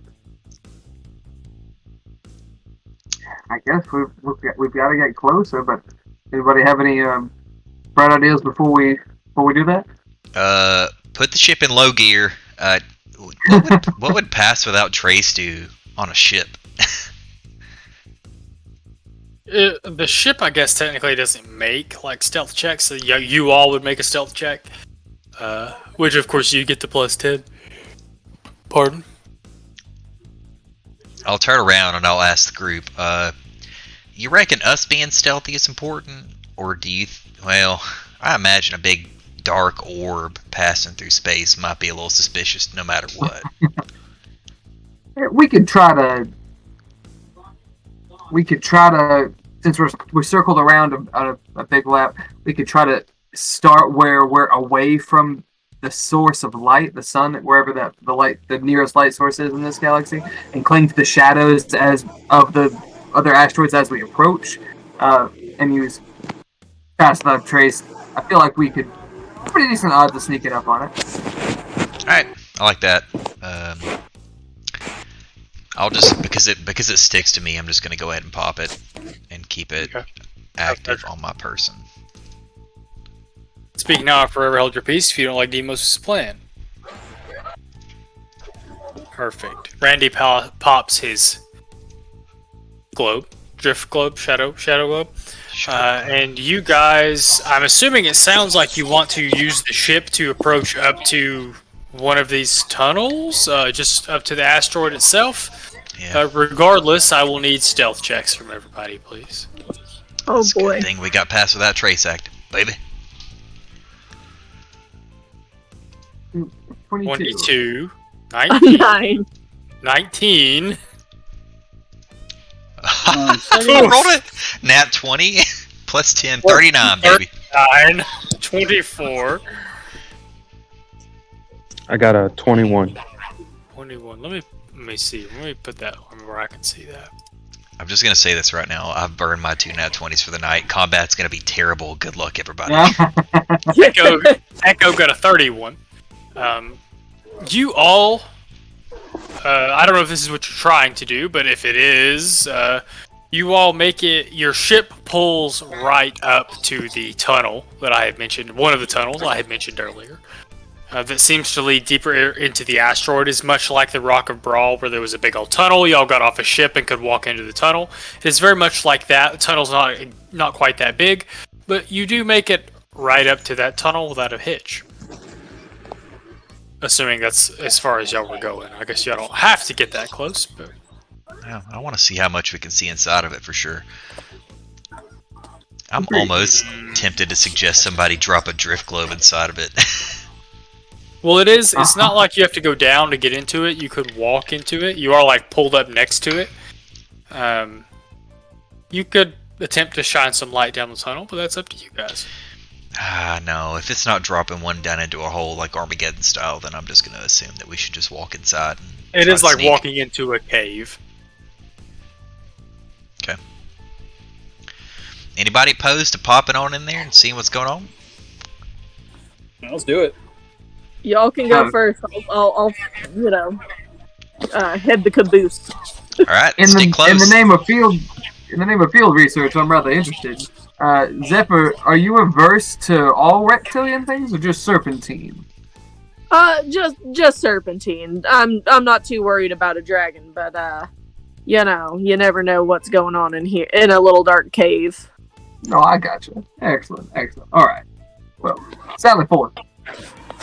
With y'all's current stealth checks, you get off the ship. Is there any particular commands you would like to give to A1 before you all offload from the ship? 3, 2, I won't speak with 1. everybody. Okay, I'm gonna tell him, don't leave the ship part. Circle the rock a little bit, but keep a close enough distance where if one of us reaches out, we could talk to you. I'm not even gonna say circle the rock. I'm gonna say patrol the general area beside the entrance. You got it, fucker! Wow. Where'd you pick that up, A1? Points to Drix. I don't know which character cusses the most. Points to whichever character cusses the most. Goodness I'll take gracious! Gordo. If your mom heard that, she'd Gordo. be so mad at me. You better button that up. Looks a little as confused as an automaton can look, and he does as he is asked. When you guys get off the ship, he kind of begins to patrol. Wait, quick question. Did he actually learn Look it up, any of A1. the like sending or any of like the message He learns spells? sending and He knows message. sending. Yes. He also can send knows us minor illusion. But he can send us something if shit goes south. Okay. Which is good. Well, that reason I asked is exactly that. I just want him to, if something bad happens, just shoot us a message. You know how. Yes, sir. Much He does, better. as he is requested. And you guys, for the using the stealth checks you guys already have, you do make your way 100, 200 yards down into the tunnel. It is, like I said, so how many feet? It's probably it's probably 20 feet diameter total, maybe a little more. It's not a massive tunnel by any means, but a couple of you can walk shoulder to shoulder as you guys are moving down into it, and as you get deeper into the rock, and what little light wild space provides kind of begins to fade behind you as you get farther and further away from the entrance. I need you all to make one more stealth check for me, please. Before that happens, can I look over at Drix and say, you want to try to blend in a little bit? I'm going to use my carapace. Alright. We still have pass without trace up, I assume, as well. Yeah. Yes. Yes. Okay. Sure. Yeah, I'm gonna go ahead and do the. It gives you all advantage, right? Mhm. I got a 34 with the pass without a trace. Heard. I got a 36 with pass without trace. 25, 36, 23, 24. It's everybody in it. Good job. Wait, is that another stealth check? Yeah, did you roll a second one? You technically get 2 if you No. want it. Yeah, you get 19. advantage. Haha. Yeah, nice. 29. Okay, perfect. You all feel very confident. Okay, here we go. Oh Oh boy. boy. New map, who dis? You guys are coming in through this tunnel, so please place yourselves near this tunnel. I'm gonna keep pinging it for a second. Oh, some goose. Little help. Little help now? Got you, friend. 100%. Where's my friend Echo? There he is. Blue. I'm not gonna put Echo way up there. These aren't 10 feet squares. Keep in mind. Technically, 2 of you can inhabit a square. 10 As a feet. note, I don't think I can place... I'm doing the wrong thing. Excuse me. Up in there. You guys do manage to eventually. It is very dark in here. I'm going to assume some of you can't see anything, because I'm just assuming you don't light any light. Since y'all are very actively trying to sneak in. But I do even have those dark of vision, at least. Perfect. Those of you that can see, you see a little more detail. Those of you that can't see, you definitely kind of eventually happen upon a space where you can feel there's a lot more airflow. There's not any air in space, I guess, but it just, you can tell from the way, from the feeling around you that you are coming up closer to an open space. Those of you that can see, you find what appears to be a kind of tunneled cavern in the rock, inside of the asteroid itself. And those of you that can see, y'all have dark vision of 60 feet, right? Yeah, I think Yeah, so. 60 feet. Y'all can tell this tunnel you guys are following opens up into a much larger space. That's about all you can tell from the mouth of this tunnel, if we assume you guys are kind of where all your tokens are. By the way, can you see my token tonight, friends? I can see your token. I'm right there. I can see your token. Yay, it works. Oh. Oh. Uh-oh. Oh. I think all of you have a passive perception more than 10. Let me double Mine's check at just in 10, case. but Yes. Yes. 15. Interesting. You're on mute, Joey. Ollie, quit moving my screen. 11. Interesting. What I am Interesting. what I am gonna say is this: I don't like being in a straight line. Can I Stop. can I push in there a little bit? You can, and Randy, since if you move forward, move so. I'm about to say you get right there. Randy, you notice. Do. Where's my thing? How do I do the thing? Never mind. I remember how to do the thing. You do notice, curled up on the southmost kind of risen plateau is a large serpentine-like creature. This is a white dragon token, but these guys they are bright. He is a much brighter white than an older lunar dragon, but he doesn't. It's not the white kind of frost scales you see in white dragons. It does look a lot like the asteroid itself, or like a moon would look. Its scales look like it's more made of stone than ice. It is, and it's very spindly looking. I will go find here in a minute a picture of a large one, an adult one, and send you guys a picture of that. They kind of look like they're made of bone. They're a little creepy looking. Randy, you do notice it. It has apparently seems to not have noticed you. It's difficult to tell if it's sleeping or just lounging. I telepathically shoot back to the party. It's right over here on top of this hill.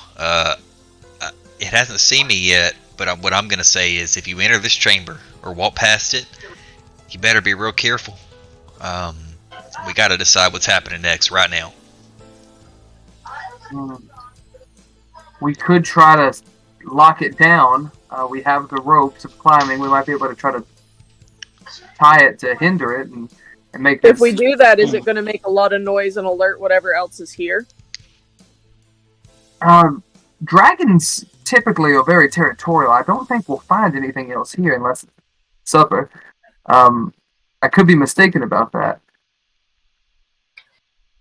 Do we get the sense that there's any other entity in the cavern? I can't see shit in this thing. You can make a perception check if you'd like, but Demos also can't see shit. Oh no, I'll ask Zephyr since Zephyr's got the highest score too. Like, why don't you take a good look around and see what you Wow, what do you see? We got the second 20 perception check of the night. Just nothing but 20s. Battle is gonna suck. We're gonna be 2s and 3s. Because y'all already used all your good stuff. Zephyr? That's actually... Oh! Well, fuck you, Joey. I was about to post the first picture you posted. I was trying to help you out. That also, while I'm thinking about it, in Fizband, it's Moonstone Dragons, not Moon Dragons. They're separate. They're two separate things. I looked at Great because I was curious. That picture you sent, the very first one you sent, is an ancient lunar dragon. So this one obviously is not that big. Its spines would not be that tall. But that's kind of what they look like. Real kind of freaky looking. Zephyr, with a... is that a nat 20 you said? Not a nat 20, but a 20. Dirty 20. We like it dirty in this game. I would say, Zephyr, you're fairly confident there are not any other creatures in the cavern. I would say you also, with your dark vision, you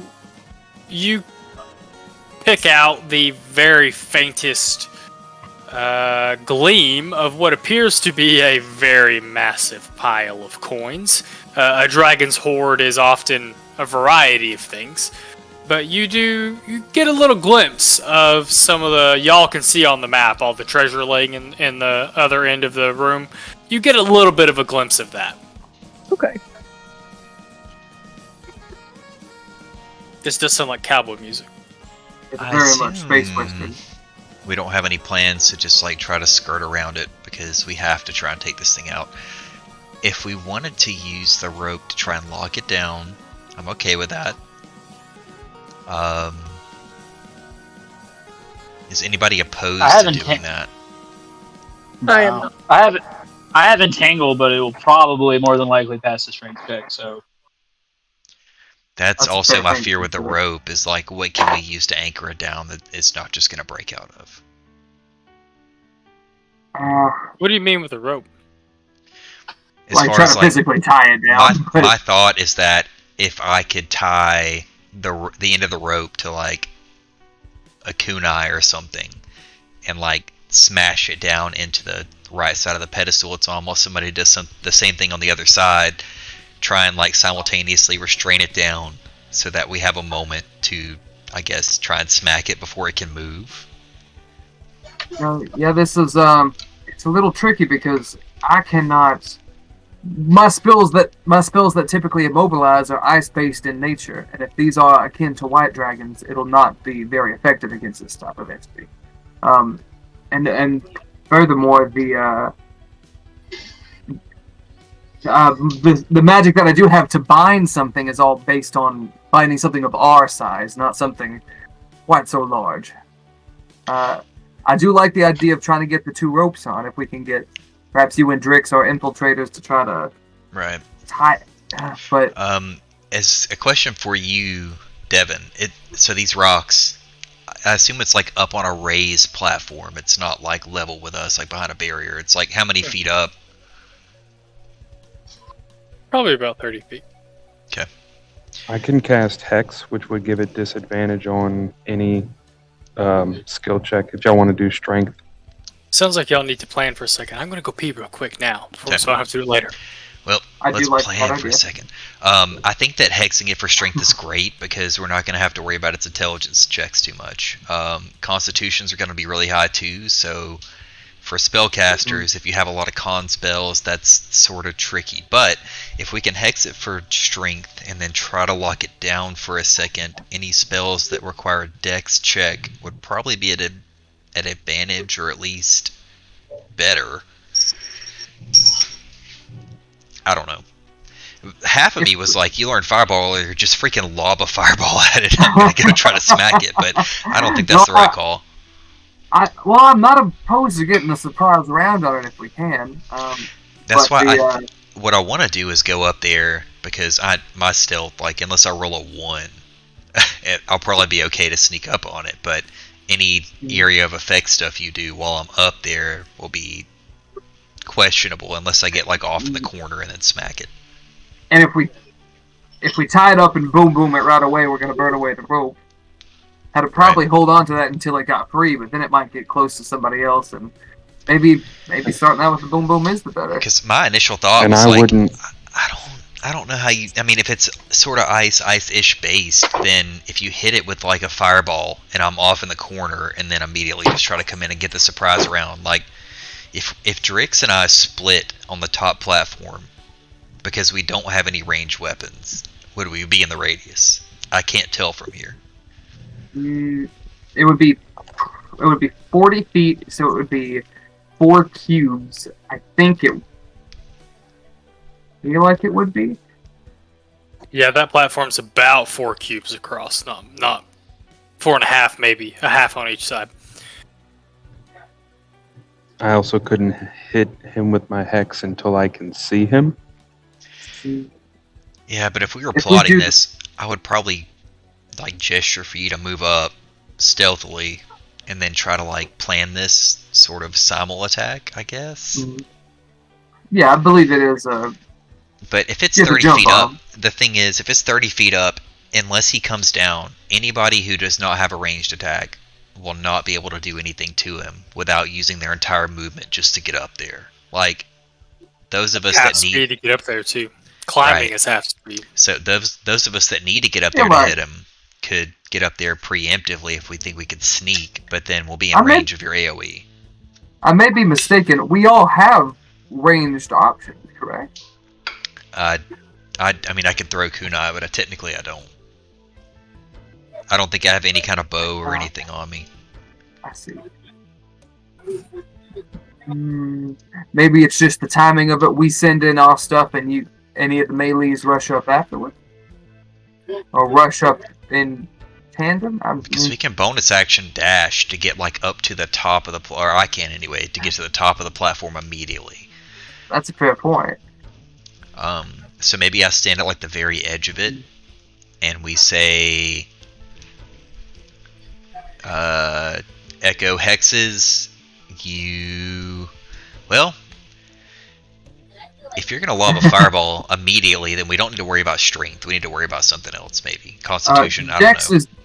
Dex is what fireball is based off of. Right. However, if it's asleep, I imagine it's going to have disadvantage on a dex save anyway. Well, my thought was that if we're going to try to tie it down, we have to get up there first. But I think, depending on how we want to act... I'm gonna... Okay. On the... I need everyone to make another stealth check, please. Fuck. Sorry, the mild panic on everybody's face was pretty funny. Oh, Drix. Drix, you have advantage. Go for it. Oh, thank God. Ew. Yeah, I'm gonna do it again. I see a 16. Oh my Okay. freaking lord! Wow. Hold on. No. Okay. Hold on. 1 second. Actually, wait, that's not gonna do anything. Guidance only gives me a +4. Fuck. Hang on, I'm gonna make. Oh fuck! The highest I can make it is a 5 base, which would be 11, which would be 21. I'll make it a 5. All right, so I see a 21, a 16, a 30. Echo. My 16 is with advantage, so actually I I have got a a 30. 27 with the 27. pass. God, back-to-back ones, bro. Like what? Yeah, that really sucks. 1 in 400. That is not a good omen. Well, no, we're working them out before the combat. It's fine. It's fine. Yeah, right. Just get them out of the way.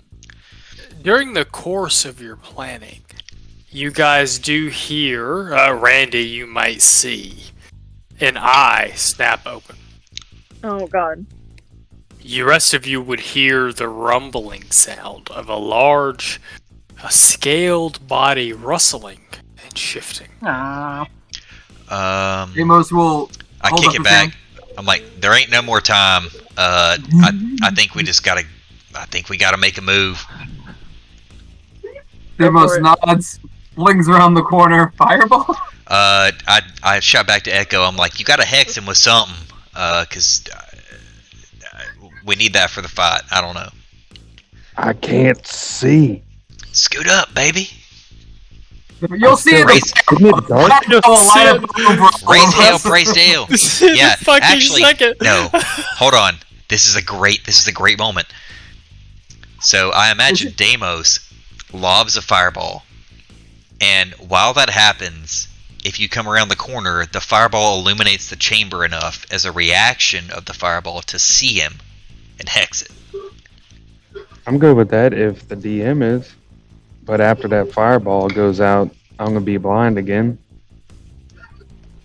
I mean, once it Alright. knows we're here, somebody throw out a Here- freaking drift globe. I don't know. Here's what's going to happen. It did technically notice Demos. He's the only one that it noticed. The fireball is not a surprise. So what's going to happen is Demos is going to get his fireball. Echo is going to get his hex. We're going to roll initiative. Where there's not going to be a surprise round after that. Because it technically woke up because it noticed Demos. It noticed somebody, so it's not surprised. But the fireball and the hex can happen. Choose No, whatever you no. want. I think Strength, that's fine, con, right? dex, I don't care. Just choose whatever you want.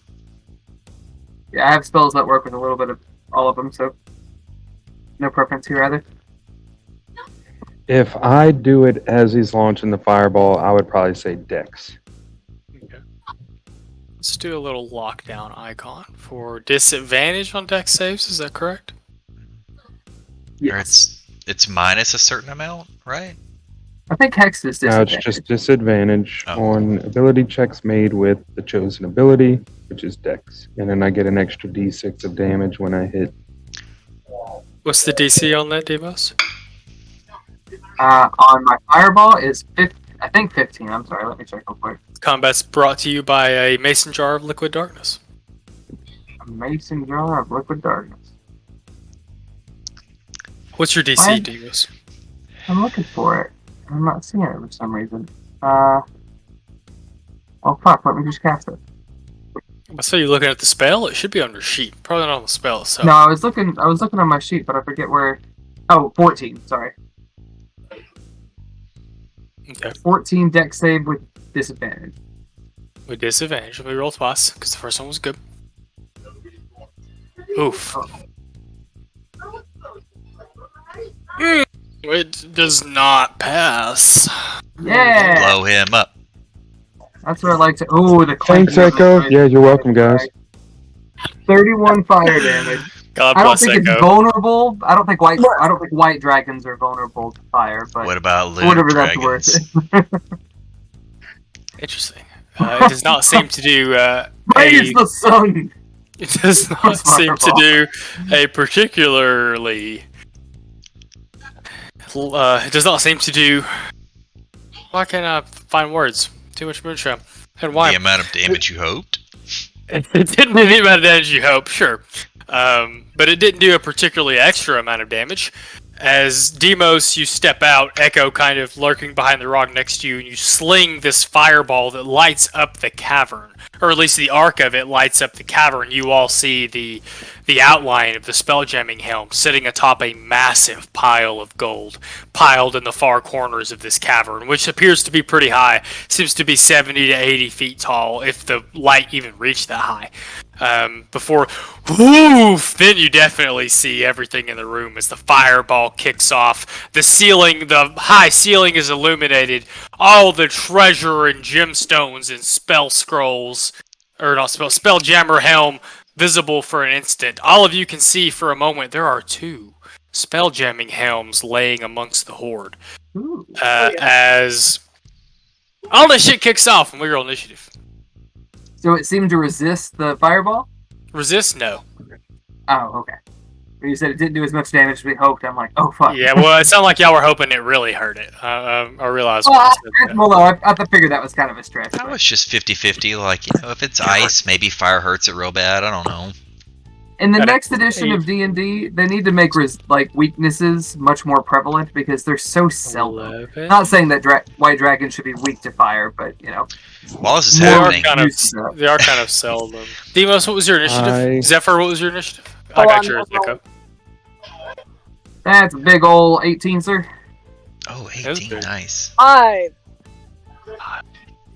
And our Actually friend. won't be in the list. Oh, perfect. All right. Some of you, do y'all have a turn tracker now? Yes. Yes, sir.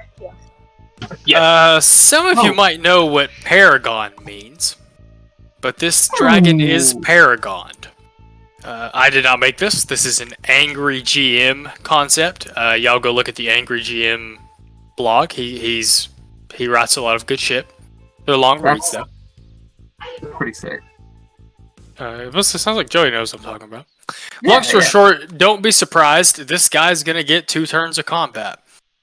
He's Paragon. Anyway, he does get to go first, which means he's gonna move. Very first thing he's gonna do. Oh man. Oh man. Oh no. So many things to decide. So many things I should have read ahead of time. Don't overthink it. Don't take it till you make it, baby. While this is I'm so happening, sorry. I turn around and glare at 40 the party feet. that can't actually see me, and I'm like, y'all talk too much. We gotta start killing faster. You're right, but This is so it does it uses its walking movement speed. It crawls down this rock bank to stand in front of the stand right in front of the little pathway you guys have congregated in front of. I need to move this turn order thing. And it's gonna use its breath weapon first. That's what dragons do. A 30-foot cone. I'm gonna make this where you guys can see it. Cool. Oh. 30 feet. It looks like that's barely gonna clip Drix, Demos. Yeah, it is. You know, I'm not sure it gets Randy. Too, right? It doesn't get that far. It doesn't get to Echo. I need to No, move it don't get to me. It's close to fine. Deimos, right? Oh, you do. You were to do your hex. I Yeah. see. You are right. So I'll move you up there behind him. But I don't think it's going to get Randy. I think he's on the outside of the cone. Because since cones are short, in the beginning, at the start of them, Devin's math is bad.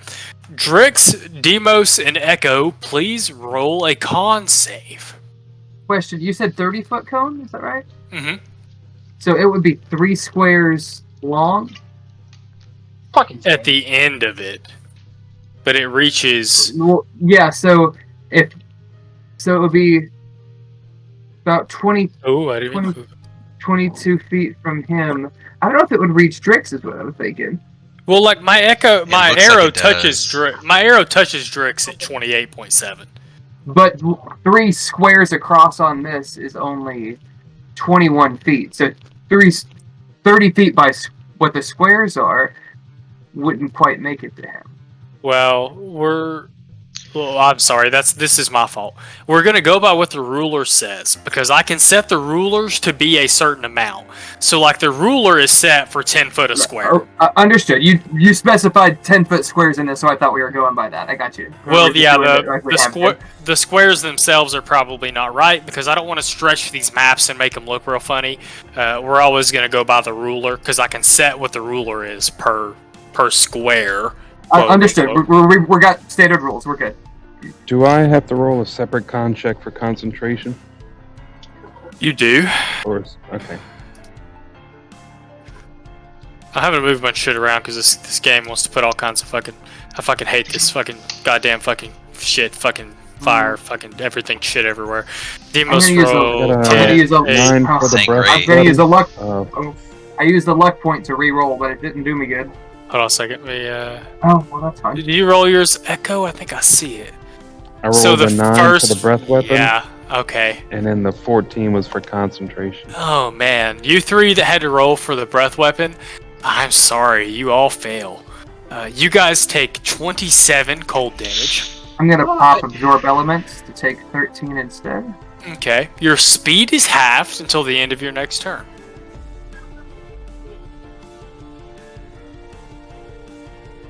Oh boy. They did take its action. It's not going to use its bonus action. That's all I can do this turn. Some people roll up in its home, so it blew some breath at them. Demos, you're up. Randy, you're on deck. Well, I didn't want to start concentration, anything higher than a 10 passes? Or does it go off of... For that one, it did 27 damage. If we reduce that to 26, you would have to roll a 13 or higher. Okay, so I've maintained You did pass. my hex. Nice. Alright, good. Deimos. I'm over half dead, but sure. Over half dead. Yeah, the dragon. The good news is it has to roll to regain that ability. Well, that's not always a good news, thanks. I think I'm going to start off, I'm going to cast Haste on, let's say Randy, since he's coming up. You feel your little grasshopper body start fucking getting going in double time, like your animation speed has been increased, and you feel a little bounce in your step. You can make an extra action. I think you know this spell because you had it as VZ. But VZ. Speed's doubled. Speed's doubled. You get 2 actions. Yes, but when it fades, you are exhausted for it. Okay. You gained a level of exhaustion, and you can't do anything for it. DM, quick question. If I have 2 actions, can I use Booming Blade on both of those actions? It's a cantrip, technically. I think so. It is a cantrip. That's why I'm asking. And buttermilk. You also get 2 to your AC. Yeah, advantage plus 2 on to your dex AC. saves. Plus 2 to my AC. Holy.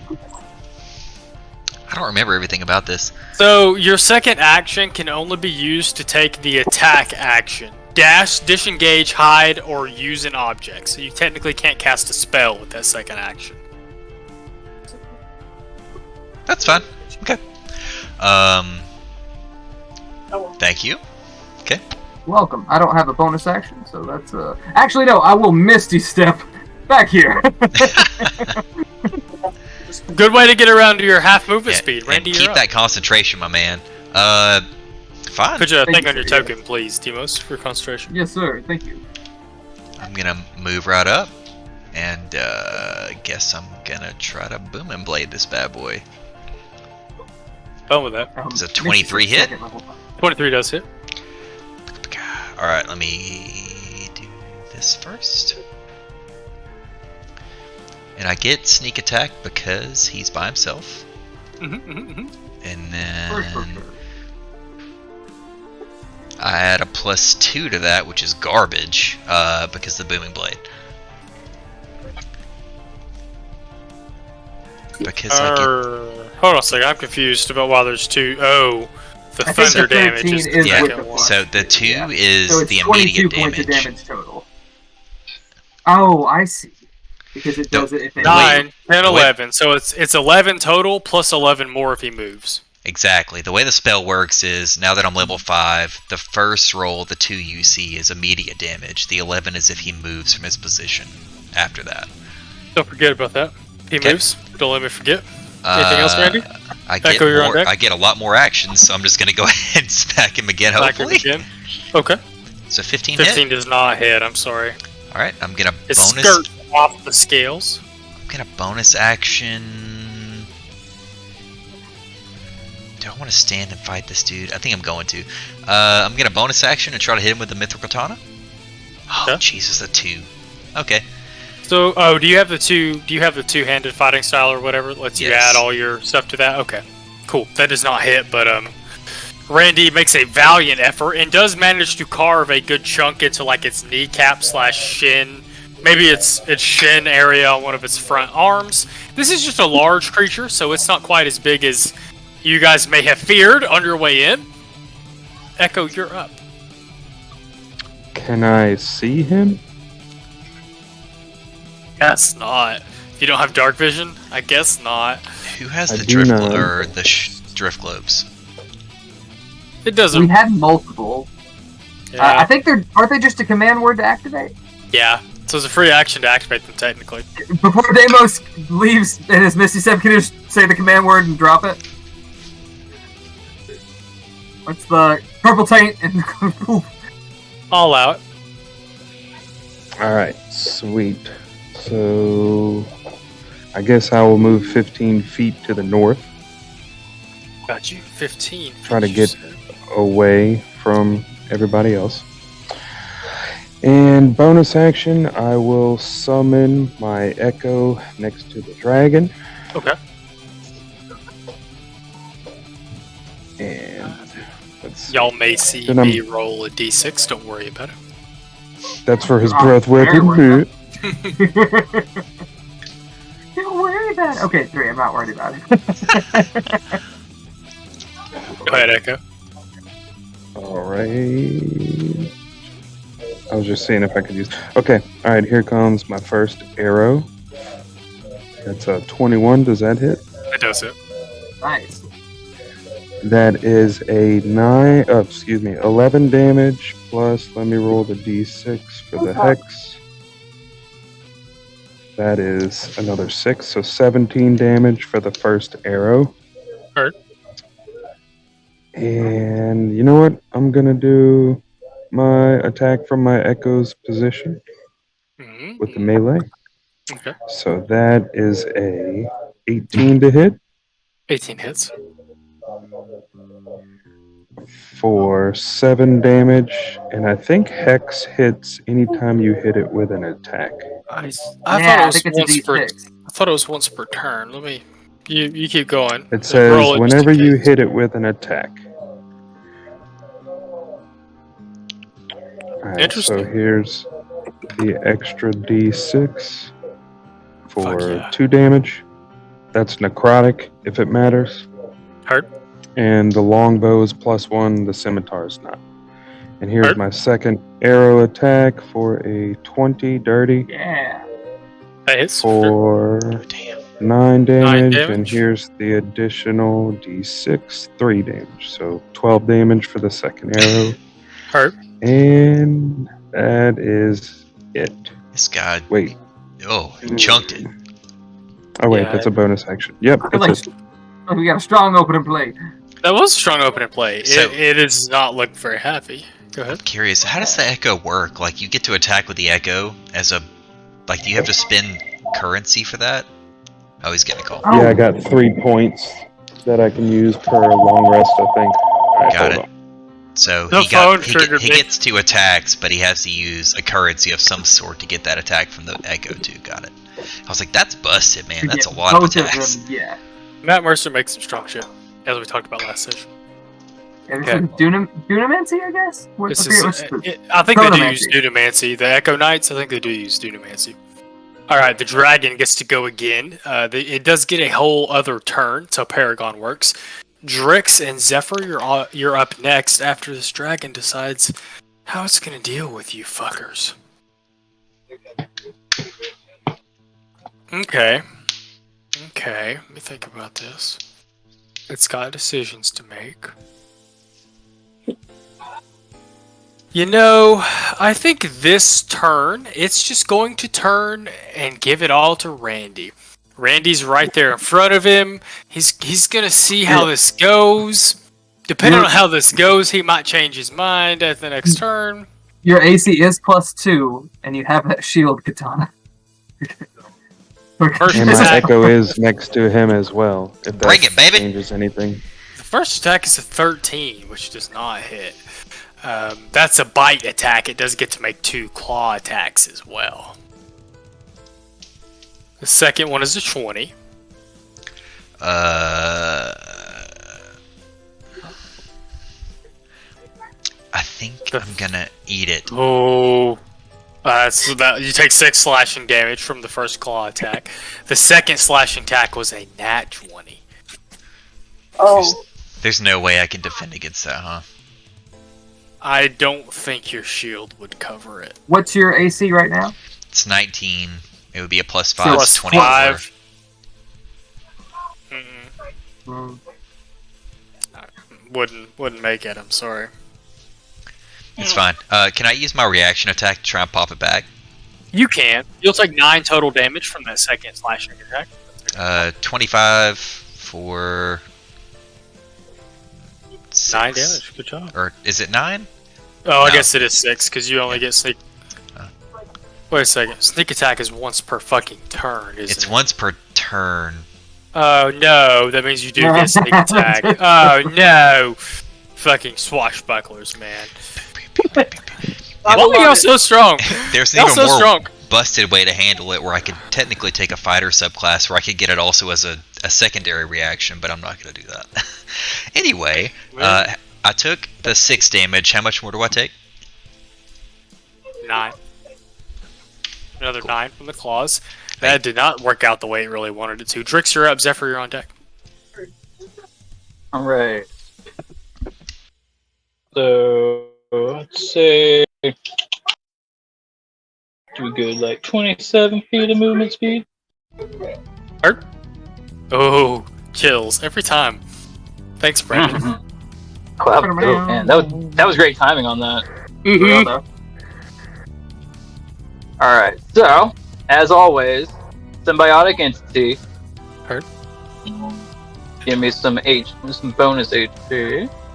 It's not quite that much though. We gotta figure out why it's rolling that. Yeah, I don't know. It's only like a +8, so I'm just gonna do 8. Okay, so then, Action Surge, obviously. Heard. Mithril Gothic for 21. 21 hits. So that's 11 plus 2, so 13. what? Did this already? Bonus Let's see. action, 5. 5 doesn't hit. 21 hits, 11 hits, that's 11 bludgeoning, 5 doesn't hit. I'll subtract that 11 bludgeoning as Drix runs up and immediately begins it's wailing 11. on It's 11 plus 2 the necrotic, by the way. dragon. I got my symbiotic entity. I was about to say, so I don't think that symbiotic entity gives you 4 temporary hit points for each level you have in this class. Interesting. Yeah, it's 2, so it says +8. Neat. But it does give you some other really cool stuff. I like Oh, that. yeah. Plus the 2 necrotic, heard. Minus 2 necrotic great- damage. It's a great, like, battle druid kind of class. I kind of like it. It is pretty cool. I am all about it. Zephyr, you're up. Demos, you're after the dragon. Alright, let's see, hold on. I gotta measure some stuff. Okay. Zephyr's I'm got to gonna measure his penis length before he goes into battle.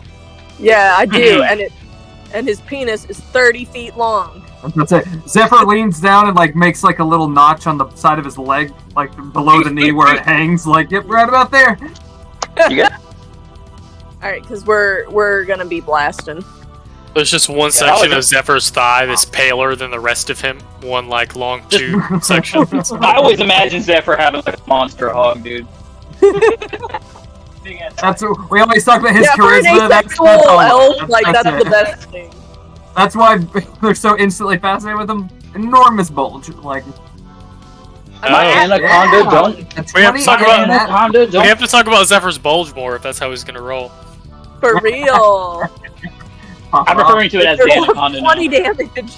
Right the fuck on though. What are your invocations? Do you have like knockback or the extra? Not yet. I don't think I have anything yet. Are you pure I've warlock? chosen other stuff. I am a warlock, but I haven't. I think at level I 2 or haven't- 3 you get to pick invocations. You should have That something. boost your Eldritch Blast. They do other things too, though. You know, might have like Armor of Shadows or stuff like that. I don't think I have added anything because I've had the option. I'm looking. I don't think so. Oh, when I cast Eldritch Blast, it says I can add 4 to the damage it deals on a hit. So I guess that's what I'm doing. Sounds like one. No, it does. Does it count that? It is Yeah. doing that. Is that second roll is actually a 6. So that is with the +4. Okay, yeah, that's Agonizing Yeah, so Blast. That's like Warlock Yeah. bread and butter. It's just good stuff. Oh yeah, it's the good stuff. Is there anything else you Right. can do? No, because I use my movement speed, so I can't back up after Interesting. blasting him. The top of the round, the dragon gets to go. Let's see here. It's not liking what's going on here. It is going to cast a spell.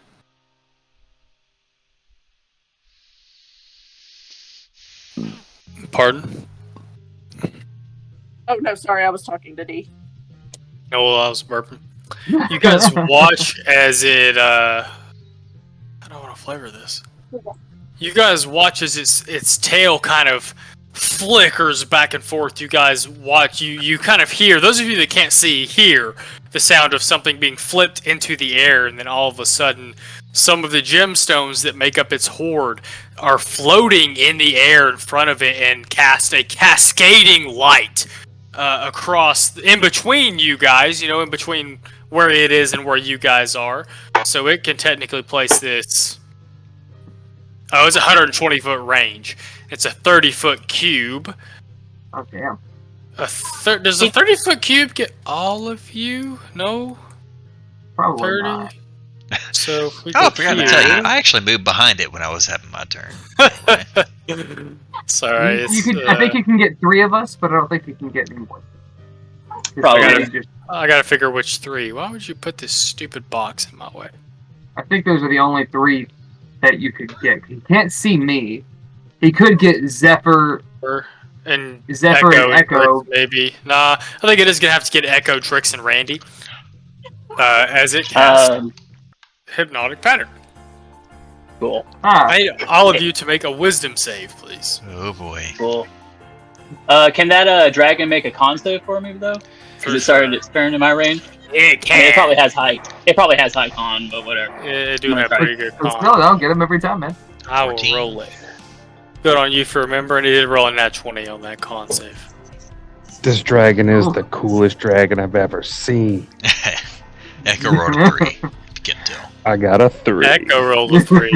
Oh man, all 3 of you fail. You guys are Randy, Drix, and Echo. You guys are charmed and incapacitated, and you have a speed of 0. Don't forget, if it takes any damage, or if some other things happen, you can be released from that. You get to roll a check to be released from that. So it's a con spell, right? So does it have to make a con save, or is it just that if it takes damage, then we get to roll against it? It got to make a con save against something that Drix did. You guys rolled a wisdom save against what it just did. You guys failed, so now if you guys take some damage, changes some things. Oh, I thought you meant like if it took damage, we get to roll against it. No, it's if you guys take damage. So don't forget Drix, Echo, and Randy. You guys are charmed, incapacitated, and cannot move. You are sucked in and hypnotized by the light it has created through these gemstones. Yeah. That was its action. It doesn't have any bonus actions. It's a It great does have a dishonor for a bonus. Psy Warrior. It does have a bonus action. It's gonna go ahead and use its bonus action to become partially incorporeal. You guys watch as Sounds gross. not all of it, but large chunks of this dragon. So like I like to think like the edges, the bones of its wings, still solid. Some of the crest on its head and back still solid, but a very large chunk of it turns incorporeal. And that's what it's going to do with its turn. Demos, you're up next. Question. The hypnotic pattern. I actually know this spell. Actually learned it on the ride over here, funnily enough. For this, would he, could I dispel the gems to just, like, stop the effect? You could probably dispel the effect like a dispel magic. I wonder how that works. It's kind of weird. Let me look at dispel magic real quick. I can drop it in chat for you real quick. Here you go, sir. I don't see any roll reason 20. you couldn't use it to do that. That kind of steps Use on one counter creature, spells, object, though. or magical effect within range. Yeah, I would Counter spell argue. stops it from happening. This lets. Yeah, I would argue that is a magical effect you could target with dispel magic. Deimos will pop out, ready to fire off something, and be like, "Oh, I know that spell," and then he'll see the three of them kind of dazed and be like, "Oh," and I'll go ahead and dispel that. It's a 3rd level spell, I think, so I think it's either So second it or third. automatically goes away. Correct. Yes. Yes. I will mark off. Oh, I am sorry. No, I can't do that. I don't have a 3rd level spell slot right now. Oh. What did you use it for? I used 2 of them. I used one for fireball, and I used the Oh. other for haste. I see. Okay. So I'm gonna pop a 2nd level shatter on it. Okay. I need it to make a con save. 21. 21 passes, so it's gonna take. Hang on, I think half, or half as much. Okay, so 3d8. It's only gonna take half of this. It's So 7. 8. 8 is 8, rounding up thank in you. player's favor, but Thank you. it also, if it's made of stone, hang on, what is it? Let me read it. Stone, crystal, or metal has disadvantage on the saving throw. It's a moonstone dragon, sort of. Seems to be made of stone to me. It is a biological creature, not a construct. I got it. Question: Well, did it hit any of us? I think I can position it far enough. Yeah. I've got a 60-foot range. I didn't actually measure it out, but I assume I pop up to get like around the corner. Yeah, I'll pop it on the back end of it so it won't get you guys. Okay. Unless I you think he was want me kind of hoping to. it would have. Yeah. Well, do I get a But reaction? I don't want to. I'm incapacitated, guys. but do I get a reaction? Not incapacitated, I'm pretty sure. Okay. I don't know what this is, Brandon, but it's lit. I didn't write it, but I did perform it. Be sick. I will then pop my head back around the corner and in my turn. Can't take actions or reactions. Incapacitated people. How long does this last? Forever? Yeah, Screw you. yeah. It is the end. It is your turn. Oh fuck. What the fuck? God damn it. Fucking shit. You right there, Dylan? No, I moved away from a page I shouldn't have moved away from. Shouldn't have typed in that particular search bar. Hypnotic pattern. Yeah, so you're incapacitated, you're charmed, your speed is 0. You can technically take a bonus action if you would like, Randy, but that seems to be it. You can't move away. Can I bonus action attack? Yeah? I mean, whatever. I got nothing else to I do. thought if you couldn't take actions, that included bonus. Right, actions. that's my thought. It's like I don't think You I know, should you be able to may do be right anything, about that. but I know seems it weird. doesn't specify bonus actions, Like- but Yeah, I think incapacitated is all 3 actions. So Yeah, there's no shot I Right. should be able to attack. Real talk. 12 o'clock and I yawn. I mean, unless the DM wants to say that, then I'm I down. think we've I mean, actually yeah. looked this up before, and I think we have. If you can't take an action, you can't take a reaction. Why would you be able to take a bonus action, which is just an extra action? yeah. Because Some it's a stuff, I'm bonus. reading, some stuff I'm reading says you can normally only take a bonus action when you would be able to take your action. Right. The bonus action is always an additional action, never a replacement of your normal action. We break that rule all the time. No, we don't. Like, we never use something you can do as a bonus action for an action. You can take a bonus action. Oh, this is from the book. You can take a bonus action only when a special ability, spell, or other feature of the game states that you can do something as a bonus action. You otherwise don't have a bonus action to take. You can take only one bonus action on your turn, so you must choose which bonus action to use when you have more than one available. That reads to me that you can use any of your bonus actions that an item permits. That an item, ability, or whatever permits. You know, if I have a bonus action spell, it's bonus action. If a rogue has bonus action hide, that's their that's their. Well, you couldn't use a spell or a bonus action hide. You could use a bonus action your weapon gives you, or when a spell ability. Oh, you're right. Okay, so that's it. It's all three. Yeah, that's just saying that's how you get bonus actions. It's not like I'm going to do this thing as a bonus action. Something has to give you permission. So I think it's up to you. Incapacitated, I think. Honestly, if I was ruling, it would be like you can do nothing. But I tend to agree with that. You are drooling and looking at these shiny gems that it has floated in front of you. I just don't understand why you would be both charmed and incapacitated. Because if you break the thing, then what does it matter that you were charmed, or are you still going to be charmed if someone punches you? I think the charmed is probably just to keep you from trying to do any, like it's like a mental thing. Incapacitated keeps you from hurting it. Charmed keeps you from thinking that it's an enemy. Right, but if you break, because incapacitated, you can't do anything. So as soon as you break the incapacitation from a save, then you also aren't charmed either, right? Mm-hmm. Or is it where if someone punches Randy real quick, he's no longer incapacitated, but then he's still charmed until he passes the save? No, if you break the spell is kind of all encompassing. You break him out of the spell, you break him out of everything. Right. So that's what I was saying. I don't get why they include charmed in there. Like, if you're incapacitated, you can't do anything. I see what you're saying. It's while charmed by this. While charmed, you're incapacitated. So if you break the charm, you're not incapacitated anymore. Can I make a wisdom save now, or is it only if I get hit? It does not say you get to make one at the end of your turn. Oh no. Yeah, brutal. If it takes damage, or if someone else uses to shake. Oh, yeah. Brutal. I think Echo's in the same spot. Incapacitated and charmed until he takes damage. Drix as well. Drix will be after the dragon, but it gets its second turn.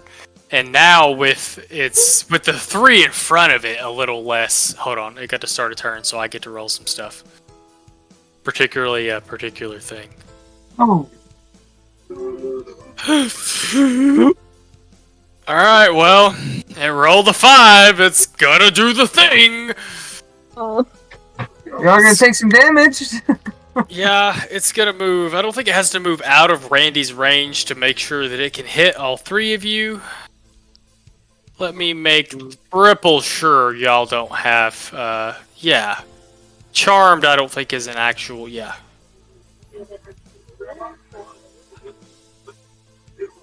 Okay, Charm doesn't matter. Incapacitated doesn't give you guys disadvantage or anything like that. But I need Randy, Drix, and Echo to please make... and I guess Echo's Echo to please make con saves for me, please.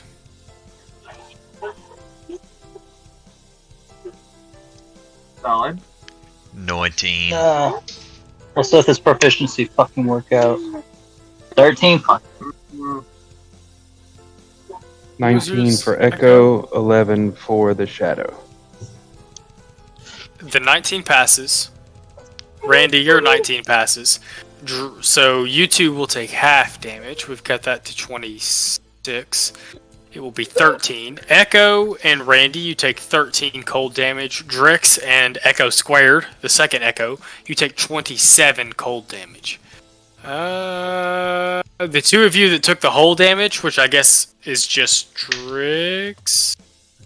Can I use reactions, or am I just not able to do anything? You do get to roll a wisdom save because you took some damage to see if you can break out of this. Oh, let me I'm gonna die before I can save this. fucking say Randy and or not Randy and 17? Drix, but 17 passes. And Uh, on fuck that note, if it's hypnotic pattern ends if it takes damage or if someone uses an action to shake them out. If they take damage, period, they don't have to make a if it save. takes any ends. damage, you are correct. If it takes any damage, that means all of you get out of it. That's true. We So automatically get out of it? yeah, because y'all took damage. How much damage did you say? You took 27 damage. Echo also took 27 damage, so I'm assuming it's dead. But 7, Drix, your 20. I might take movement speed 19. is half. 19 hurt. Your movement speed is halved because you failed the save. Interesting. And my symbiotic entity failed. Damn it! I lost my bonus. Oh, so that was its second. Drix, you're up. Zephyr, you're on deck, and then we'll probably call it a night because I have to get up early tomorrow. You know what? I'm just gonna strike. What did you get? That was a 17. con save for concentration. I 17 passed. does hit. Oh yeah. Come Get you with that 10, which is really 17 for con save hurt. 13, because I'm gonna use my psionic energy dice. So you guys do notice that this time it doesn't do quite the damage you were expecting. It is much harder to damage in this incorporeal form.